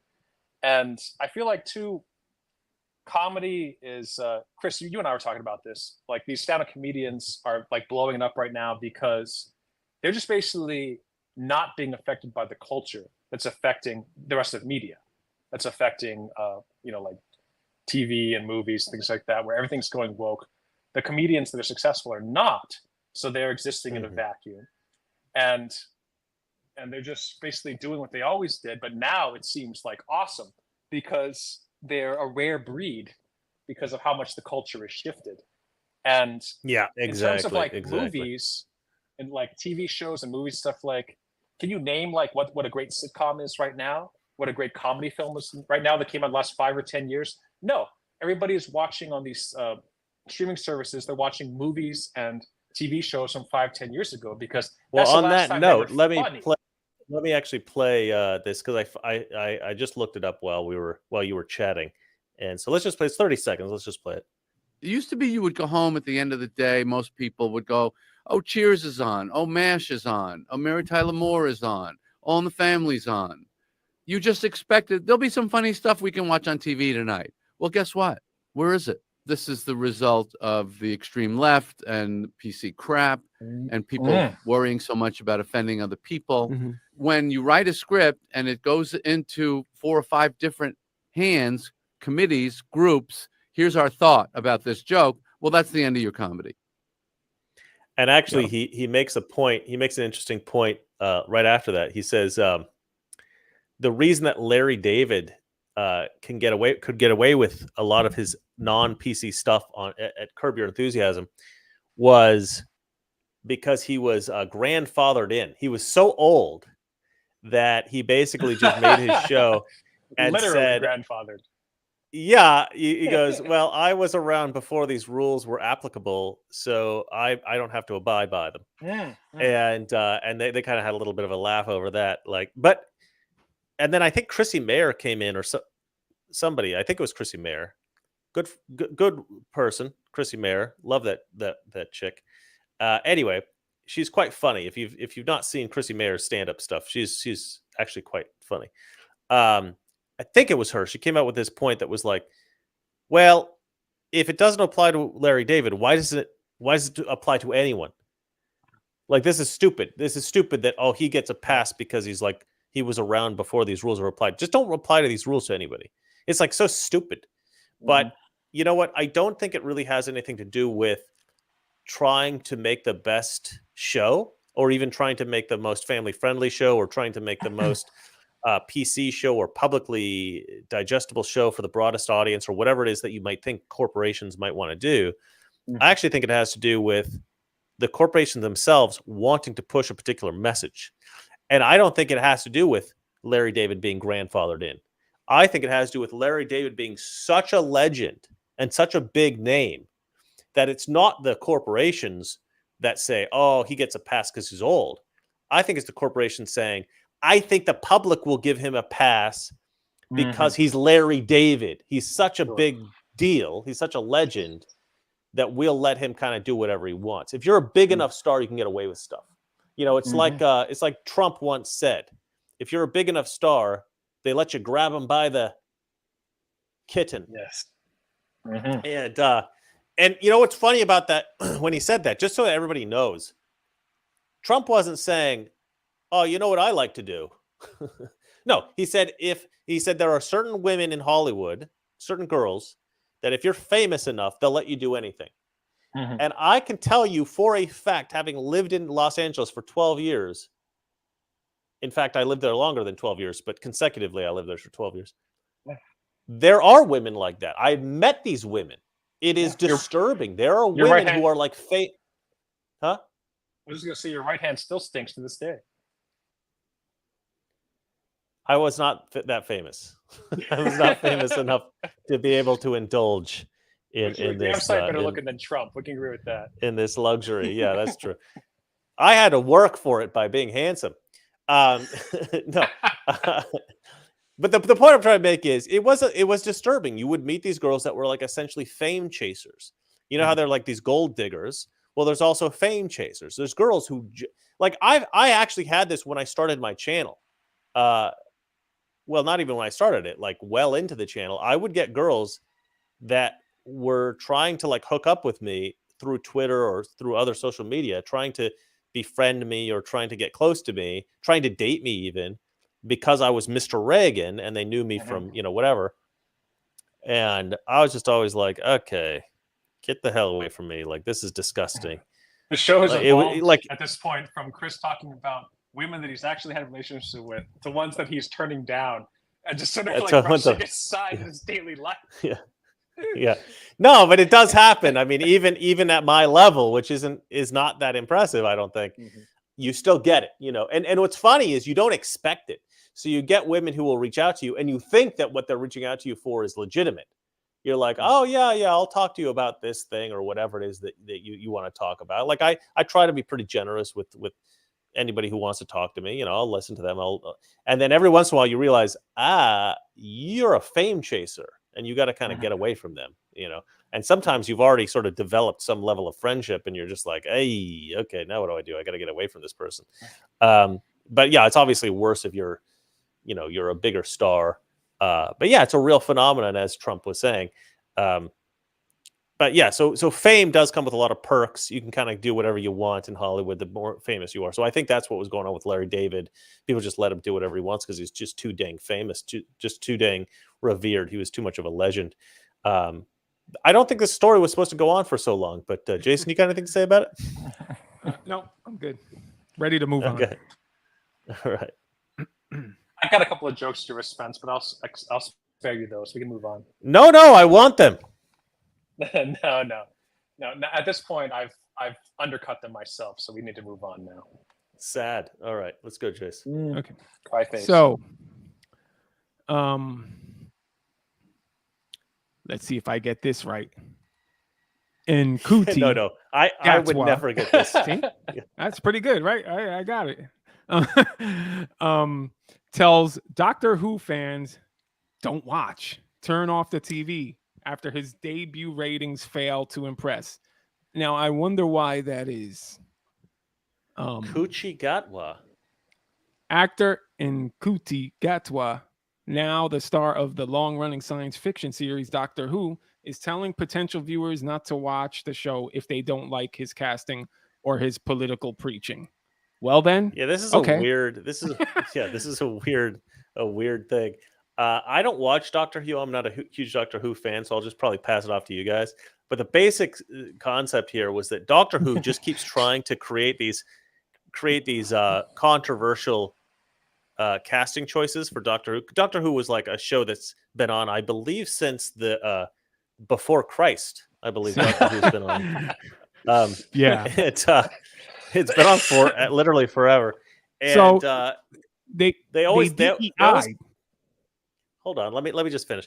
They always cast these straight white guys because that was the original Doctor Who was this straight white guy. They're British. Yeah, they're British. It was a show that started, I think, in the 60s. And they just kept reincarnating the show with the other straight white guys, sort of like James Bond, right? They would bring in a new James Bond every few years. They bring in a new Doctor Who every few years. Well, a few years back, they decided to bring in a woman. And this was a huge controversy because Doctor Who fans were like, you're ruining Doctor Who. Now, if this woman had been fantastic, I think everybody would have kind of given them a pass and gone, why is there like an ad for like a toilet seat with toilet paper on it? Why is this the ad? Because that's what the show is now. A toilet bowl. Yeah, that's actually pretty funny. Let me close that out because that's very distracting. Okay. But anyway, once they brought this girl in, everybody like they could have actually won us over. It's sort of like the Karine Jean-Pierre story, right? Where if they had brought in a woman who was actually very compelling and was and the show was really, really good and well written and amazing, I think everybody would have gone, you know what? Okay, sure. But not only was the show absolutely terrible, but they tried to destroy the whole history of Doctor Who with this particular season of the show by including all this historical stuff to try to make it always like feminist. Like they made it a feminist show. And so all the fans of Doctor Who were like, you a-holes just destroyed my favorite show. And so then they brought in a new guy. They brought in one of the old showrunners who was supposedly make him lame showrunner. Yeah, make it gay, make it lame. They brought in one of these old showrunners that during like the height of Doctor Who, when Doctor Who was one of the most popular shows on television. They brought in this old showrunner, like, let's bring the show back to its former glory. And then they cast this guy, a gay black guy. And so instead of a woman, they went even further DEI. And once again, the show is garbage now. Like, they made it even worse than the previous season. And again, you probably could have won people over if you cast the right person, but you didn't. You cast this musical theater loser who can't act and who's this drama queen weirdo. And it's like, you're just further alienating the core fans, and you're not bringing in any new fans. And now this guy's going, well, if you don't like me, don't watch. Well, they're not watching. That's the problem, dude. Like, it's funny because they never brought have had this job. It's funny because they brought Tennant, I think is his name, for like I think that's like the first episode, right? Yeah, like Doctor. For the special or something. Yeah, they're slick, these people, you know, the they classic get you. bait switch. Yeah. Yes, exactly. Yeah. And then they brought this. They're master baiters and switchers, I would say. You know what's funny? The British people, I'm sure they wish they could cancel the show, but you know, they're forced to pay for BBC and all this, so they can't. Yeah, they have to state-funded media, China style. Yep. Watch this for entertainment. Yeah, you already listen. They have to pay for this guy, and we have to pay for Karine Jean-Pierre. So I don't know who gets the worst deal. So yeah, they totally messed up the show. They DEI'd it. They even went back in time, changed the whole original plot. Made the creator of the Doctor Who thing a black woman. Crazy. Yeah. But yeah, they destroyed the frame. I was never a fan, so it's not like, it doesn't affect me emotionally, but it does affect me in principle. I hate that they're doing this to all the stuff. And it's like what I said, Chris. And you're the Anglophile of the group too. So if you're not watching it, who the hell is? I just didn't grow up on that particular show. Can I finish my point? We'll see. It's like what I say with Germany, with Sweden. Like, I watch Doctor Who. I want to see an old British dude play Doctor Who. You know, I want to see the snarky, intelligent, sarcastic, English guy playing this character, because that's what we're watching Doctor Who for. Let me just say something that's incredibly controversial, and I may be wrong about this, but I actually think this is true. And I've said this before on the show, in my videos, not so much on the live stream, but in my videos. I think that it is possible, and I said this about writers, but I've also said it about characters as well. It may actually be the case, for whatever reason, and I don't fully understand it, that straight white men just tend to make, on average, the most compelling characters in fiction. Now, I don't think that's always the case. You can get women, you can get black people, you can get people of all kinds to be very compelling characters. But it tends to be historically that a lot of the most compelling characters are straight white men. And when they try to throw in something else, not because it fits the character well, but because it's, you know, they want to diversify for whatever reason, you know, for their leftist agenda, it almost always fails. In fact, I can't even think of an instance when it did not fail. Maybe Lando Calrissian is probably an example of a diversity character that actually worked well. But for the most part, these things do fall apart. These things don't work out for the better. They work out for the worse. And I don't look, and a lot of people will say, well, it's because straight white men were the only ones given a chance. Well, that's actually not true. Okay. A hugely successful novel in the 17th century was called, or it might be the 18th century. Yeah, it was 18th century. Moll Flanders. Fantastic novel. I suggest everyone read it. Also, Jane Austen wrote a lot of novels about female characters, very successful, famous characters like Emma, very famous character. So you can have female characters who are incredibly successful. You can have black characters who are incredibly successful. But it's, I don't know, for whatever reason, the straight white, and maybe it's because straight white male writers are the best and it's easiest for us to write straight white male characters. I don't know. But for whatever reason, people like to see, and this is not just America, this is not just white people, this is around the world. Like, if you look at Japanese anime, they tend to create white characters a lot of the time as their heroes and stuff. Like blonde characters even. And it's like, well, why do they do that? It's not because they hate their own race or they think that, you know, white people are superior or anything like that. They just like them for whatever they're compelling. Okay. Now, people are going to hate me saying that because they're going to be like, oh, that's sexist and racist and all this kind of stuff. What was that? What the hell that was me kicking my shin against the desk again because I had to sidle over to center myself. I thought there's a bookshelf. I thought that was an audible sound of you being bored with what I'm saying. It was me, my white half, trying to drive the Japanese half out of my body. Right. At a spontaneous exorcism. People might think that sounds racist or sounds sexist.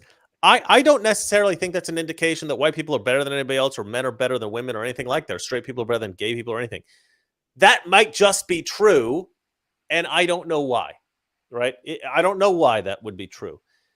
But for whatever reason, it does tend to be true that fictional straight white men tend to be more captivating for whatever reason than other kinds of people. And Hollywood really wants to fight against this, and I don't think it's working. But when I think of Santa Claus, I don't want to think of anybody else but a straight white man. If it's some other incarnation of Santa Claus, I'm going to be disgusted. I'm not going to want to have anything to do with it. You know what I mean? So anyway, that's my two cents on that, my controversial take. Kurt, what do you got? Cancel Chris Coles. Please try. Well, I mean, it's like Hollywood, the entertainment industry is not a for-profit business anymore. And we hear about BlackRock. We hear about all these entities. That's how they act. Yeah, that's how we hear about all these entities that are funding and giving like these incentives and things. But it's just like, isn't the best incentive the American public in a capitalist society? And I understand to a degree where it comes from like the death of comedy, where you're chasing China, you're chasing this international audience where if you make comedy is nuanced. So if you make comedy that appeals to America, you're not necessarily appealing to other cultures. So it's just like, oh, we can't make, once movies started making more money overseas than they made domestically, the entire business methodology shifted because it's just like, oh, we want it to appeal to these guys, but we really want these guys. That happened over a decade ago at this point. But when it comes to like these things like Doctor Who and stuff like that, this is a British show. This is like, we want to chase that other audience so badly that we're just gonna discard the audience that we have.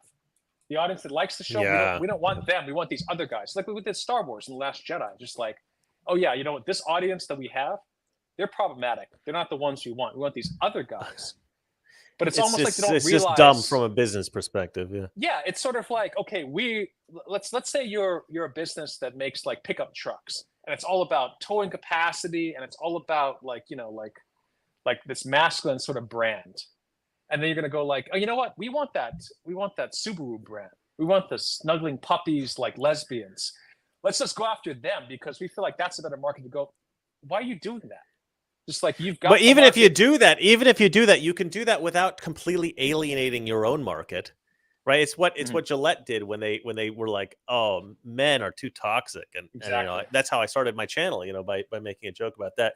Look, we have 348 people live right now, and we only have 10 likes. What the heck, guys?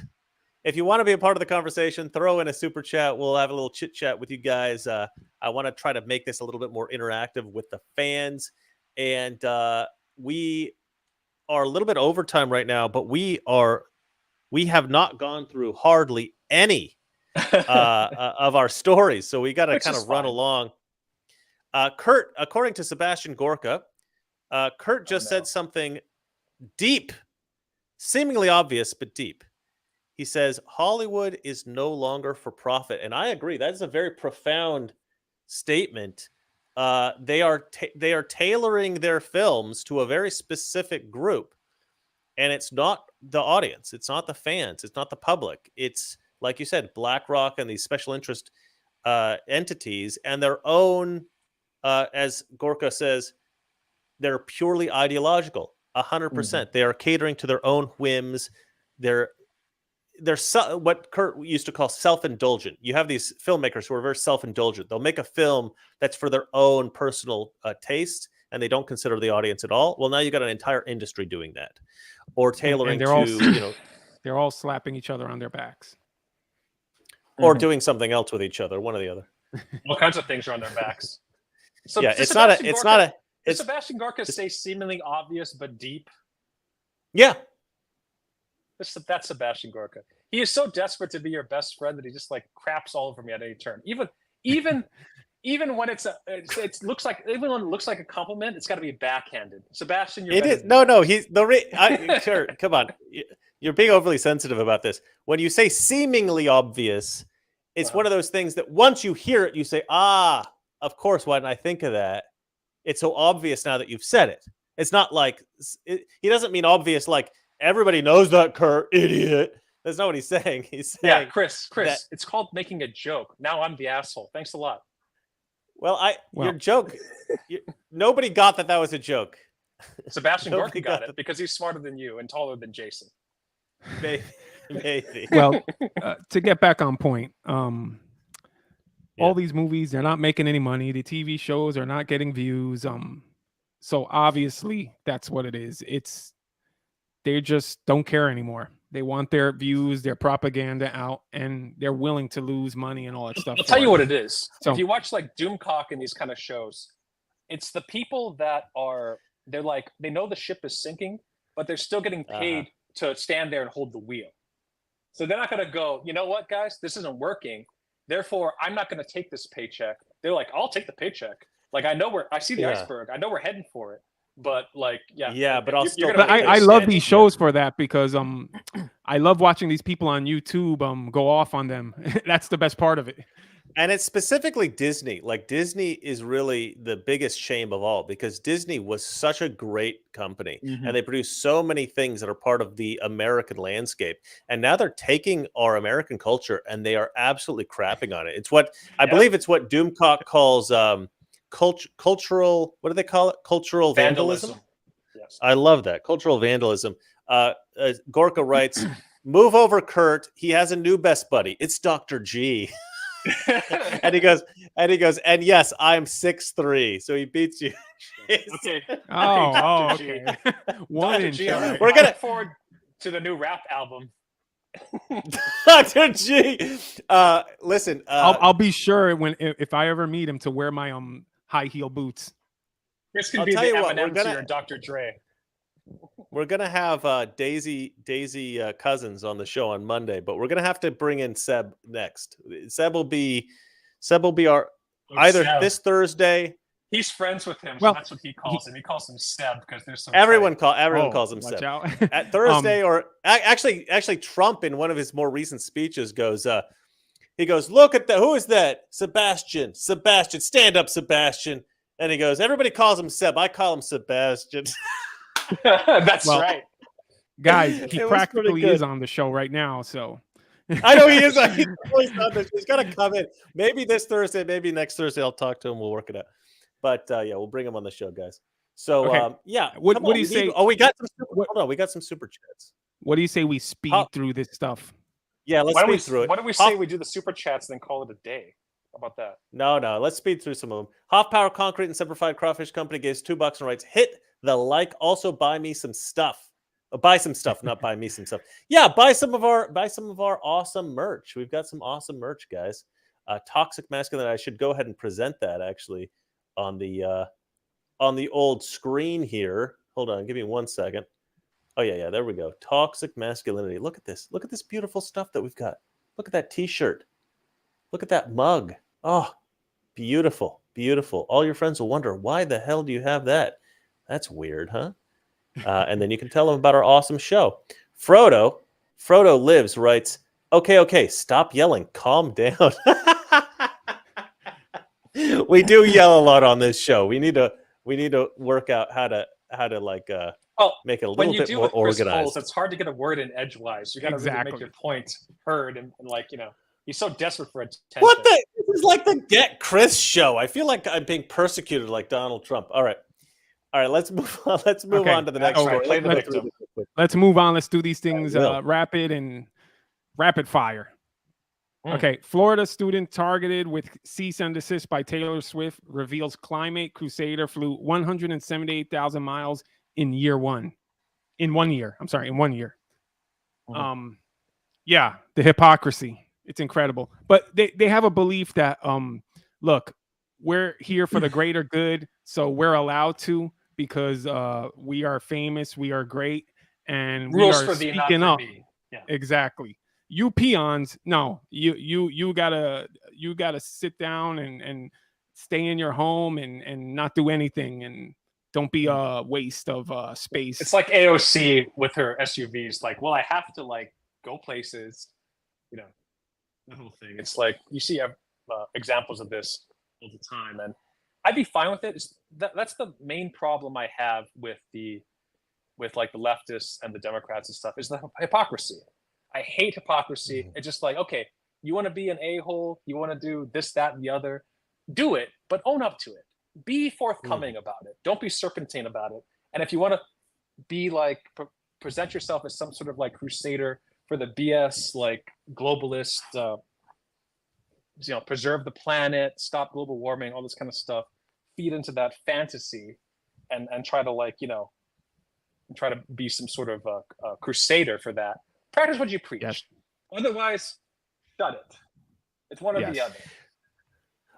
This is actually kind of an old story. This guy was tracking her a long time ago, and I made the comment, which didn't get a lot of attention, but I thought was appropriate, which was that they actually have to, like legally, they have to track these planes, and it is publicly available information. So there's no real way of hiding this. This guy was just republishing data that was already readily available.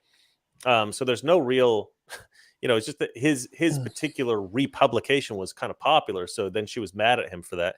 But I'm like, look, you elitist a-holes that feel like they need to fly private everywhere they go.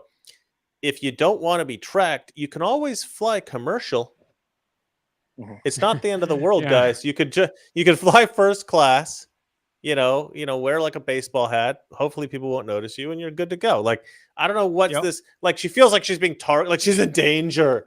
She's in danger because this guy. Look, everybody knows where your concerts are. They know what the dates are of your concert. They know where you're going to be. Like, why do you think that this is putting you into danger? This isn't putting you she's in actually danger. being Because it shows the hypocrisy. No, she actually has a case there, because the climate loons are the ones that are going to come after her. So it's not the right wingers. It's not the right wingers that target people and like attack them in public and stuff like that. It's the left wingers. No, so but it's a like, weird. You expose me for being a fraud makes all these crazy leftists are going to like come after me. It's just like, she's right. That's a legitimate fear. Yeah, but it's a disingenuous argument that it's the guy putting out the information that's the problem. Right. It's her hypocrisy that's actually the problem. If you stop the hypocrisy, you won't have these lunatics coming after you. There's two ways for her to stop this hypocrisy. Okay. One, fly commercial. Two, stop being a crazy climate science alarmist lunatic. Okay. Let me, I got some news for these lefties. The world's not going to end in 12 years. Okay. AOC was lying to you. All right. Anybody who thinks the world's going to end, it's been a while, but anybody who thinks that climate change is an existential threat, you're not actually looking into the data. You're just taking the word of the media who distorts the data. Even if you talk to a climate scientist and you ask him specifically, you can watch interviews. There's tons of them out there. Climate scientists talking about the data, they will say, and sometimes you have to pay attention, but they'll say, yeah, the data doesn't actually show what the news media says it shows. They do distort it a little bit to try to be, we got one more like. That was me. 364 people watching and 11 likes now. Oh, magical. Anyway, I interrupted myself with that one. Thanks, on that note, let's move on to the next one. Let's move on to the next one. This one is kind of gets me because it's sad. So, porn star Lana Rhoades slams X-rated industry, make it illegal.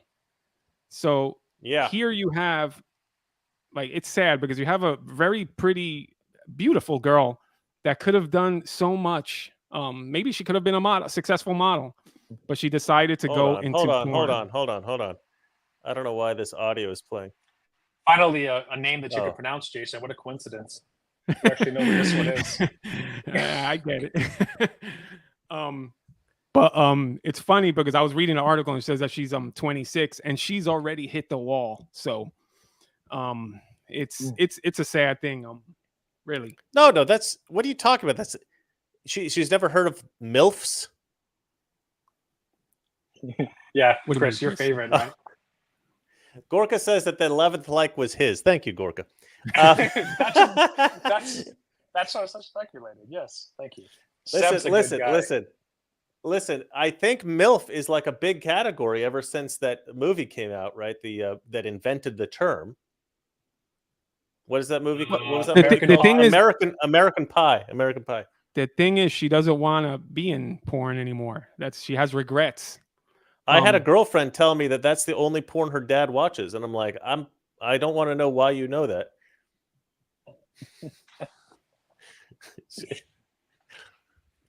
No. It is sad. It is sad. Sorry, I'm making jokes. But you're right. Once you get out of it, it's sad that you can never. But it's sort of like getting a tattoo. Oh, she's a very pretty girl, actually. That's what I'm saying. She could have been successful without doing porn.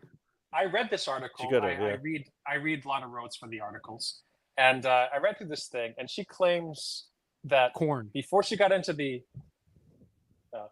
corn. Before she got into the corn husking industry, she didn't know that she'd have to do what do actually the acts in question. It's like, really? Yeah, she says for some reason I never comprehended that to do porn you actually have to have sex with people. I mean, I think the reason is because you're an idiot. That would be maybe there's a direct correlation with getting into the industry and being a moron. Have we not looked into that? Yeah. All right, I'm gonna actually just dudes that are like the most intelligent people in the world are not necessarily the guys on screen. Can we say that that's probably the case?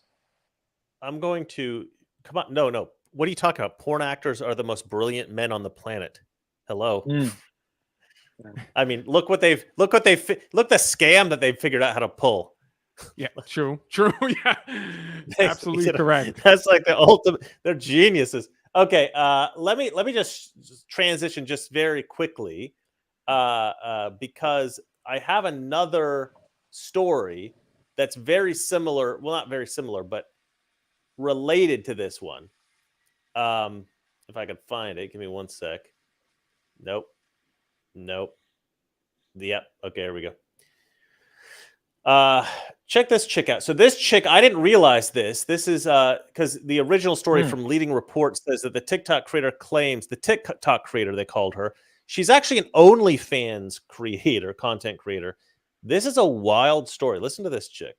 And then TikTok was basically full-time for me. I think I was taking ads by the time I graduated college from like the Biden administration and Planned Parenthood and like dating apps and stuff. So it was like fully financially sustaining. So you were getting, the Biden administration was buying ads from you? Yeah, I was doing full-on political propaganda. And they would really, with like what kind of like Biden created 10 million jobs this year? Honestly. And the funny thing is they're like, do not disclose this is an ad because they're like, technically it's not a product, so you don't have to disclose it's an ad. Because I think they just wanted like some edgy girl of color to just tell people, like when they nominated like Ketanji Brown Jackson, they're like, can you say like as a person of color that you feel reflected? And it's like a white woman emailing this to me, and she's like giving me this script, and I'm like, no. She's like, please. And I'm like, no, I'll like talk about the news of it, but I'm not gonna have a white person tell me to be like, this is how I feel as a person of color. Like, it's just so, I think that black pilled me out. And then atypical. She too is black pilled. This is what we're always talking about. She too is black pilled. But this story is great. I love this story in a way because I love this how chick the chick next to her is getting red pilled like in real time, just like, oh my god, yes. Like black pilled and red pilled. You can tell by their shirt color. She identifies. No, I love black pilled. But this is a perfect example of the liberal left and showing their racism. Like, I'm so glad she came out with this. Yeah. Exactly. And I love the fact that this actually was the thing that red pilled her. Was actually being oh, my lights are going out here. We've been on too long. My camera will go off. Yeah, my phone might die too. But I love that this. Oh, that's your fault. Your phones last longer than this. You just didn't charge it last night. No, I had it charged. You've just been going on too long. Well, anyway, she was actually a part of the process. She was actually a part of the process of propaganda in America, and that in itself red pilled her. Sort of, it's actually exactly what happened to Thomas Sowell. If you listen to Thomas Sowell, he was a leftist, and he was working in government and he was trying to improve things. And a lot of the people in government were like, "Oh, we don't really want to improve things. We just want to make money and be, be like all the perceived as improving things." All the leftists with integrity and intellectual curiosity will be red pilled, because exactly.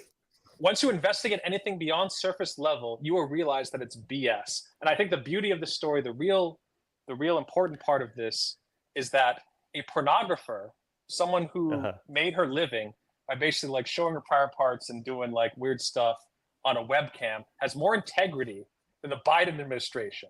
That's what we need to really focus in on. Just like, hey, pornographer lady, can you pretend that like you like us? Just like, no, I got more integrity than that.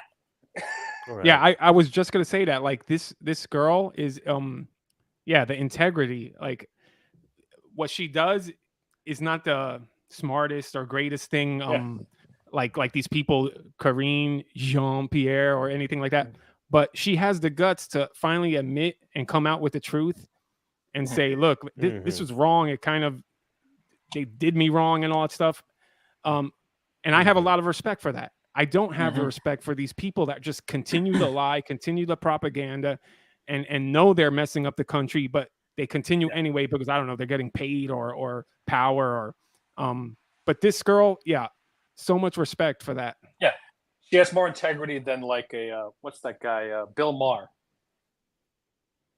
I trust her more with babysitting my kids than I would Bill Maher, because at least she has her head screwed on, or at least she has like it shows they have a conscience of what is reality. Because these leftists are either have no intellectual curiosity, they're just pure cultists, or they, it's like stupid or liar. I forget who coined that phrase, but it's something that's come up before. Somebody, it's kind of like their catchphrase, like, okay, here's this person, stupid or liar. And just like, okay, well, we know that she's not stupid and we know she's not a liar. So in my book, she's head and shoulders above your average leftist. Have you guys seen this thing about Russell Brand being baptized? Yes, I came across it briefly. I didn't. I think this is great, because this kind of is a great example of what you're talking about. If you are a leftist with any kind of intellectual curiosity, you will be red pilled. Listen to Russell Brand. I like him more and more the more stuff I hear from him. Yesterday, I got baptized, and it was an incredible, profound experience. And many of you will have had your own experiences of baptism and will therefore know what I'm talking about. Many aspects of it were very intimate and personal.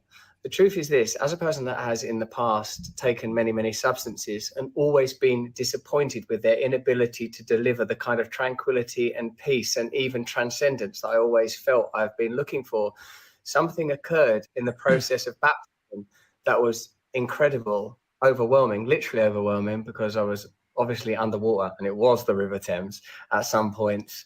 So I felt changed, transitioned. Now, of course, even though it's been less than 24 hours, in the interim period, I've already felt like sort of irritation. I've got 3 children, I've got a job, I've got challenges, I still live in the world, but I feel as if some new resource within me has switched on. So many of your comments have been so beautiful and encouraging, and I really appreciate it. And also even the cynicism, I understand, because some people will just see me as a celebrity. I don't see me as a celebrity, because I was me when I was a little boy. I was me when I was a junkie. I was me when I was poor. I've been me in all of the different phases. But I recognize that anything in this terrain, in the sort of social media world, could be exploited and utilized. For me, I've made the decision, and I know what the decision is. I've made it for myself, and I pray that it will be relevant to my family, in particular my children. My wife's Catholic. She's already made her own choices in this life, including this one. This is new for me. I'm learning, and I will make mistakes, but this is my path now. And I already feel incredibly blessed, relieved, nourished. Anyway, I'm not going to go through the whole thing, but I actually really like that. I respect that he's, this guy has had a lot of intellectual curiosity over the years. And you have seen him change slowly, and now he's gone full Catholic. And it's strange to me, and I love that. He's got all these tattoos from all these different religions all over his body. But this is the one that he's finally gravitated to. This is the one he's... and it's the religion of his ancestors, right? Christianity is the religion of his ancestors. Okay. Well, I'm not going to get into that on this show. I'm getting some pushback by Gorka on the Russell Brand thing. He's not quite sold on the Russell Brand thing. He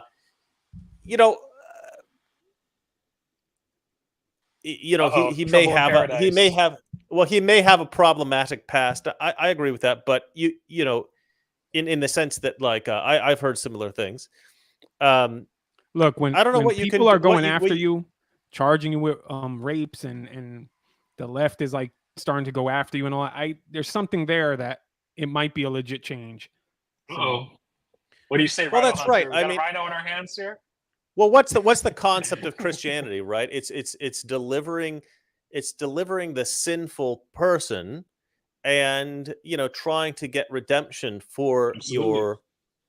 your, So I think I don't think that you should be immune from earthly justice, I guess, but I respect anybody's attempt to redeem themselves in the spiritual sense. So I appreciate what he's doing there. Whether these accusations are accurate or not, I don't know. I'm not in a position to pass judgment on Russell Brand, but I like where his brain's going. Yeah. In terms of what he's doing right now, I think that it's really nice to see. The things he's saying and the things he's doing right now, I can't complain about. Hopefully it stays that way.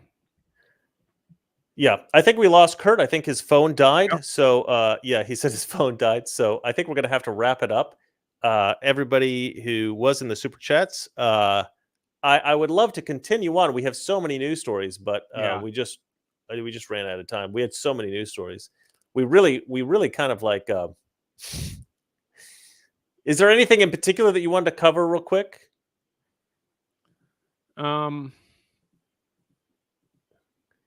Let's see here. We did the porn industry one. Let's see here. In something. Well, how about this one? How about we end it with the best unintentional Trump campaign ever? No, but we got to talk about that. That's something we'd have to talk about. We should leave that. Well, let's play it. Let's play it real quick. Let's play it real quick. If Donald Trump wins the election in November, he will have far fewer incentives to appease corporate America in 2025 than he did when he began his first term in 2017, when he brought in several darlings of Wall Street as his senior economic advisors. He had Gary Cohn from Goldman Sachs. He had Stephen Mnuchin as his Treasury Secretary. Then, of course, the first big piece of legislation that he passed was a tax cut. There was a very sweeping deregulation agenda as well. But a few things have changed. You had these seminal events during the Trump presidency. You had Charlottesville, when Donald Trump equivocated over the neo-Nazi protests there. Very fine people on both sides. A number of corporate leaders resigned from his White House advisory boards. You had the Black Lives Matter protests in 2020, when a number of corporations came out and endorsed the movement. Donald Trump himself had been very hostile to that movement, as had the Republican Party writ large. And then you had January 6th. You'll never take back our country with weakness. After the attack on the Capitol, you had Donald Trump himself being deplatformed by Twitter and Facebook. You had a number of large corporations pulling back their donations to the Republican Party, which was, in the minds of many people around Trump, the ultimate betrayal from large corporations. The other really important factor in this is that Republican voters are changing. The Republican Party has become much more working class, much less college educated, and much more skeptical of large corporations. And when your voters change, when your constituents change, the incentives change. There is something I hear time and time again when I talk to close Trump allies, people who represent the more populist energy of the party. We Republicans did everything you wanted for business. We protected you for years. We lightened your regulations. We fought against the trial lawyers who were trying to take you down. And what did we get in return? All we got was you, corporate America, siding with Democrats and progressives on every major cultural issue. So the next time you come asking for our help, we're going to be far less inclined to help you. And in fact, we might use our government power against you. This is stuff that's really new for the modern Republican Party. But on the other hand, Donald Trump still loves being courted and supported by these corporate leaders. He loves having massive fundraisers in Palm Beach led by some of the wealthiest leaders in corporate America. So you have these forces in tension, and I think it really is an open question as to what it looks like in a second term. Well, I don't agree with everything he said there. Yeah, but what is wrong with anything that this guy said? Like, keep talking because I got to change my battery up. Yeah, well, I don't see anything wrong with this guy's talking about. What they're saying on the X post is correct. How is this going against his running for president? It's actually an endorsement. You mean how is this a criticism of Trump? Yeah, because presumably the New York Times is trying to criticize Trump. They're trying to explain things in such a way that I think maybe shines a bad light on Trump or something. But the reality is it's stupid. Like they're always going like, do they think targeting or saying bad things about the average person, like they say the working class people and stuff like that, uneducated? Like they think that's gonna be a positive. Well, I would say the first sort of 60 but what to they don't know 70% is of the there video, are many intelligent people on Trump's side too. I think the first 60 to 70% of the video is all things that we like about Trump, right? He does spin it a little bit toward the end. He says something that I think is totally wrong. He says that Republicans resent corporations for going woke, and we're less inclined to support them going forward. But the truth is, I don't think we've ever supported corporations. We've never supported corporations as a rule. We've supported capitalism and business as a rule.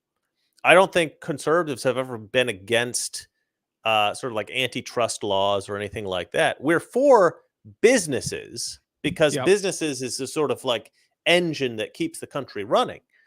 But we're for small businesses. We're more for small. Yeah, exactly. That's the point I was trying to get to. We're more for small businesses than we are for corporations. In fact, if we had to choose one, we'd always pick the smaller business. Yep. Like, for instance, I have a small business, which is the Mr. Reagan YouTube channel. And I'm constantly at odds with a major corporation, which is YouTube, who is constantly trying to throttle my channel. I think every conservative would look at my channel and say, I prefer the Mr. Reagan channel to YouTube generally. I prefer to support him than to support YouTube. But that's the way we are right now. But I think that we've always kind of been like that, and I don't think that he quite understands that. This presenter, this New York Times reporter, of course not. Now, if the corporation, the problem with the corporations isn't that they've gone woke. They can go woke. I don't think people care that much. The problem is they've all gone woke, and they've all gone woke not for reasons that they actually support these ideas, but because they've been manipulated into going woke for, like, they had these, what would they call it? Corporate governance. What was it? Corporate governance. I can't remember what it was called now, but they had these rules that corporations had to abide by in order to be invested by like BlackRock and these major corporations, these major investment firms. Gosh, somebody in the comment section is probably going to say it, and then I'm going to feel stupid. God, what was it called? Something in corporate governance. I can't remember. Social. Anyway, I can't remember. Frick, I did a whole video on it. I can't remember. I'm pulling a Biden here. ESG. Yes, I think it's ESG. Thank you, Roger. What does that stand for? Oh, somebody in the live chat. Yeah, yep. Good. Thank you, Roger. Yeah, Roger McKeon. Yeah, ESG. But anyway, the problem is yes, we don't like the direction they're going, but we also think it's disingenuous, and we don't really want these social issues promoted in our society. And the funny thing is, I think probably over 50% of Americans don't want these ideas promoted in society. But again, just like the film industry, they're catering to a special niche. It's like Kurt said, they're no longer interested in making money. They're catering towards something else. And I'm not exactly, we can get into the details of what that is. But yeah, I don't know. And the idea that Donald Trump courts, corporations still, or he likes being courted by corporations. Well, that's also kind of like a twist to make Trump sound sinister or petty, or he likes the attention or something like that. But in reality, you need money to run a campaign, and unless Donald Trump is going to fund his entire campaign, by which he would go probably broke, or at least he'd lose a lot of money, he's got to bring in donors. He's got to bring in people from outside. So of course he's got to bring in other rich people and corporations and all this kind of stuff to talk to, bring them to these parties, bring them to these fundraisers. It's not that he likes to be courted by these people. It's not some like petty need for attention. Every politician does, but this guy twisted negative. His first 4 years proved that he's not a corporate shill. So, well, I love that part of the video kind of showed that Donald Trump was willing to work with all these guys, and then once that he was sort of like defamed by the media, these guys kind of abandoned him. Well, here's what that video says to me. It says, at some point, maybe these people had influence over him. But we know in 2024, if he's elected, they will have zero influence on him. Yes. That is like the greatest endorsement of Donald Trump you could possibly make. That's why this is like the best unintentional ad ever. Yeah. Thank you, New York Times. Yes. For once you inadvertently did something honest. Like, well done. I'm pretty sure they were trying to like make Trump look bad, and they made Trump look awesome. So anyway, that's the point of the ad. That's kind of what I wanted to end on. New York Times always does that. Just you want to report on, or do you want to? Yeah, exactly. But anyway, do you have any specific take on this that is distinctly different than what I've just said? No, like they try to come out so smart, but they end up looking like a bunch of dummies. I will admit I do that sometimes. I'm good. And even when I come out looking smart, Kurt will make some snide remark, make me look like an idiot. Yeah, thanks, Franklin. He's texting right now. Too bad no one can. No, yeah, I know. Too bad you can't see this stuff. I told him to come back into the chat because his phone died, and he wrote back. He goes, "How about no, you crazy Dutch bastard?" That was his response. Anyway, and on that bombshell, Jason, you want to take us out? No, I like your endings. No. I was trying to think of a quote from another person besides Reagan, but genius. I can't come up with one. Put me on the spot there, Chris. Ladies and gentlemen. Yeah, sorry about that. Ladies and gentlemen, just remember, it's not that the liberal friends are ignorant. It's just they know so much that isn't. So thank you, everybody who left a super chat, and everybody who just was in the chat generally. And thanks, everybody, for watching. And thanks, Gorka, for all your brilliant wisdom and wisecracks in the text message section of our chat. And hopefully we'll get you on the show soon. All right. See you guys next Thursday. Good night. Good night.